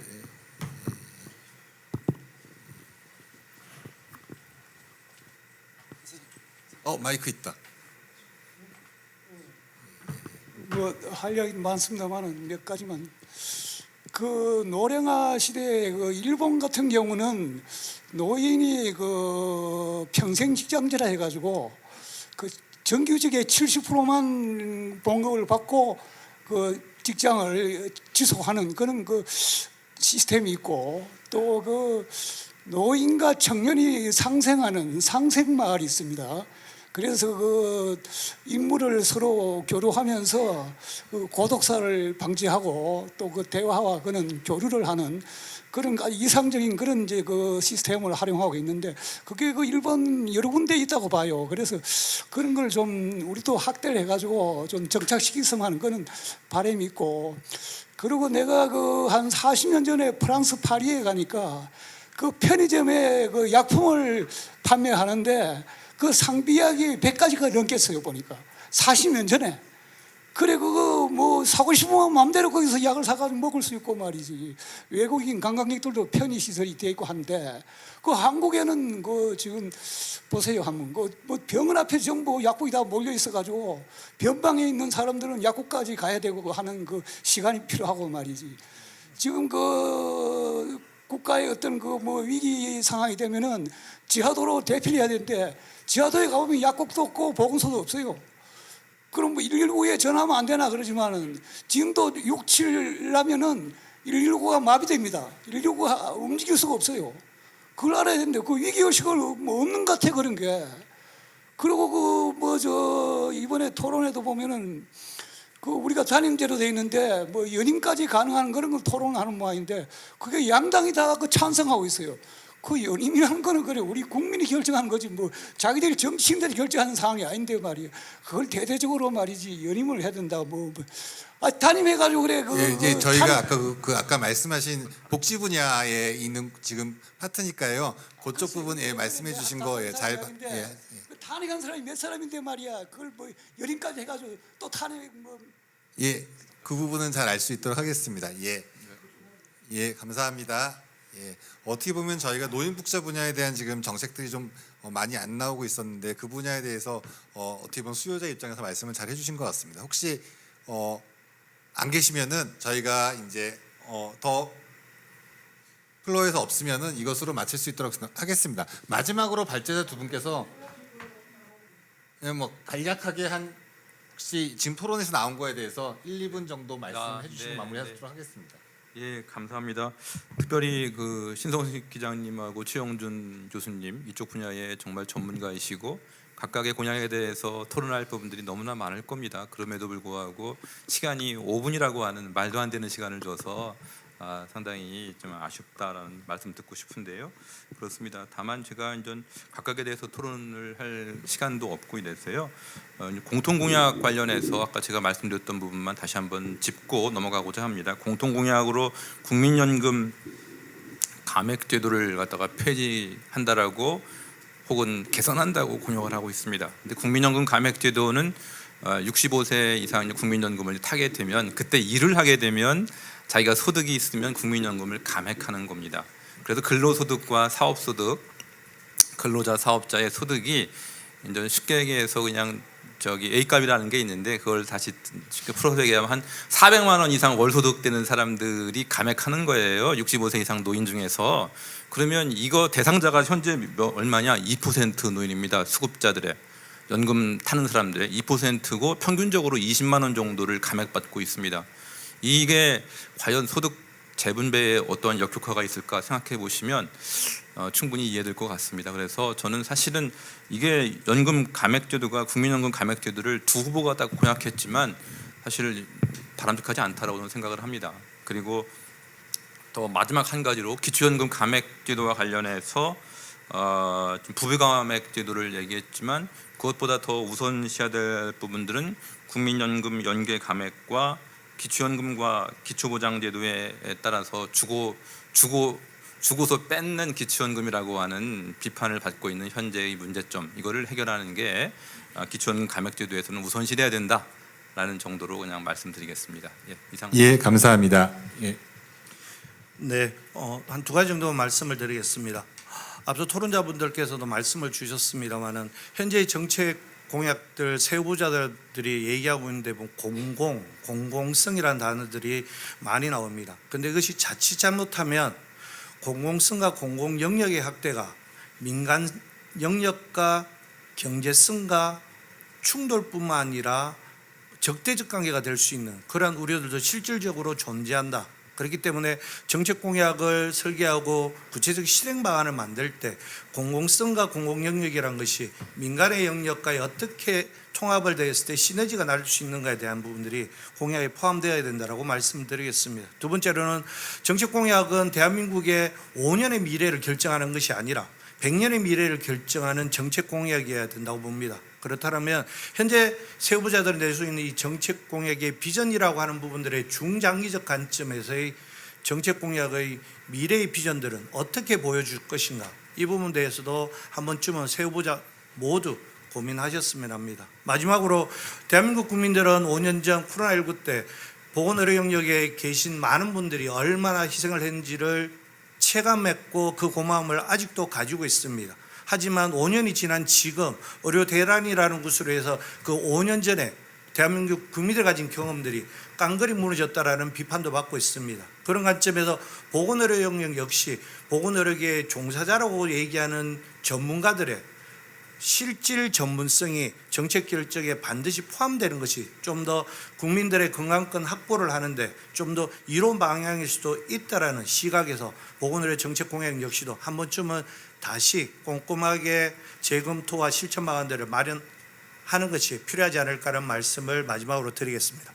예, 감사합니다. 그러면 저희가 이것으로 오늘 공약 평가를 마치도록 하겠습니다. 1분과 저도 약간 첨언을 하자면은 원래 이제 점심시간 앞두고 말하면 절대 안 되는 건데 저희가 공약을 만들 때 지금 나와 있는 게 어떻게 보면 구체적인 액션 플랜이 좀 안 나와 있는 것 같습니다. 어떤 식으로 재원을 우리가 조달할 것이고 그 다음에 지금 여러 가지 하는 것들이 특히 복지공약에서 여러 가지 하는 것들이 그러면은 우리가 어떻게 보면 지금의 재원이 필요하면 결국은 뭐 이제 그 국공채를 통해서 돈을 끌어야 될 건데 그러면은 그런 것은 우리 후손 세대에 어떤 식으로 영향을 미치는지 그 다음에 세대 간에 어떻게 영향을 미치는지 이런 것도 좀 저희가 고민을 해서 나중에 나왔으면은 그 유권자들이 오늘 이제는 나한테 뭐가 더 유리한 건지를 보고 유권자들이 선택을 하는 거고 어떤 것이 우리 국가에 가장 좋은 건지 보고 선택을 하는 거기 때문에 좀 그런 것들을 내세울 수 있는 형태로 공약들이 좀 나오고 평가되었으면 좋을 것 같다는 생각이 들었습니다. 예, 오늘 모두 이렇게 6분의 오늘 우리 평가단 교수님들과 그 다음에 4분의 토론자들 감사합니다. 예, 이것으로 1분과를 마치도록 하겠습니다. 예, 감사합니다.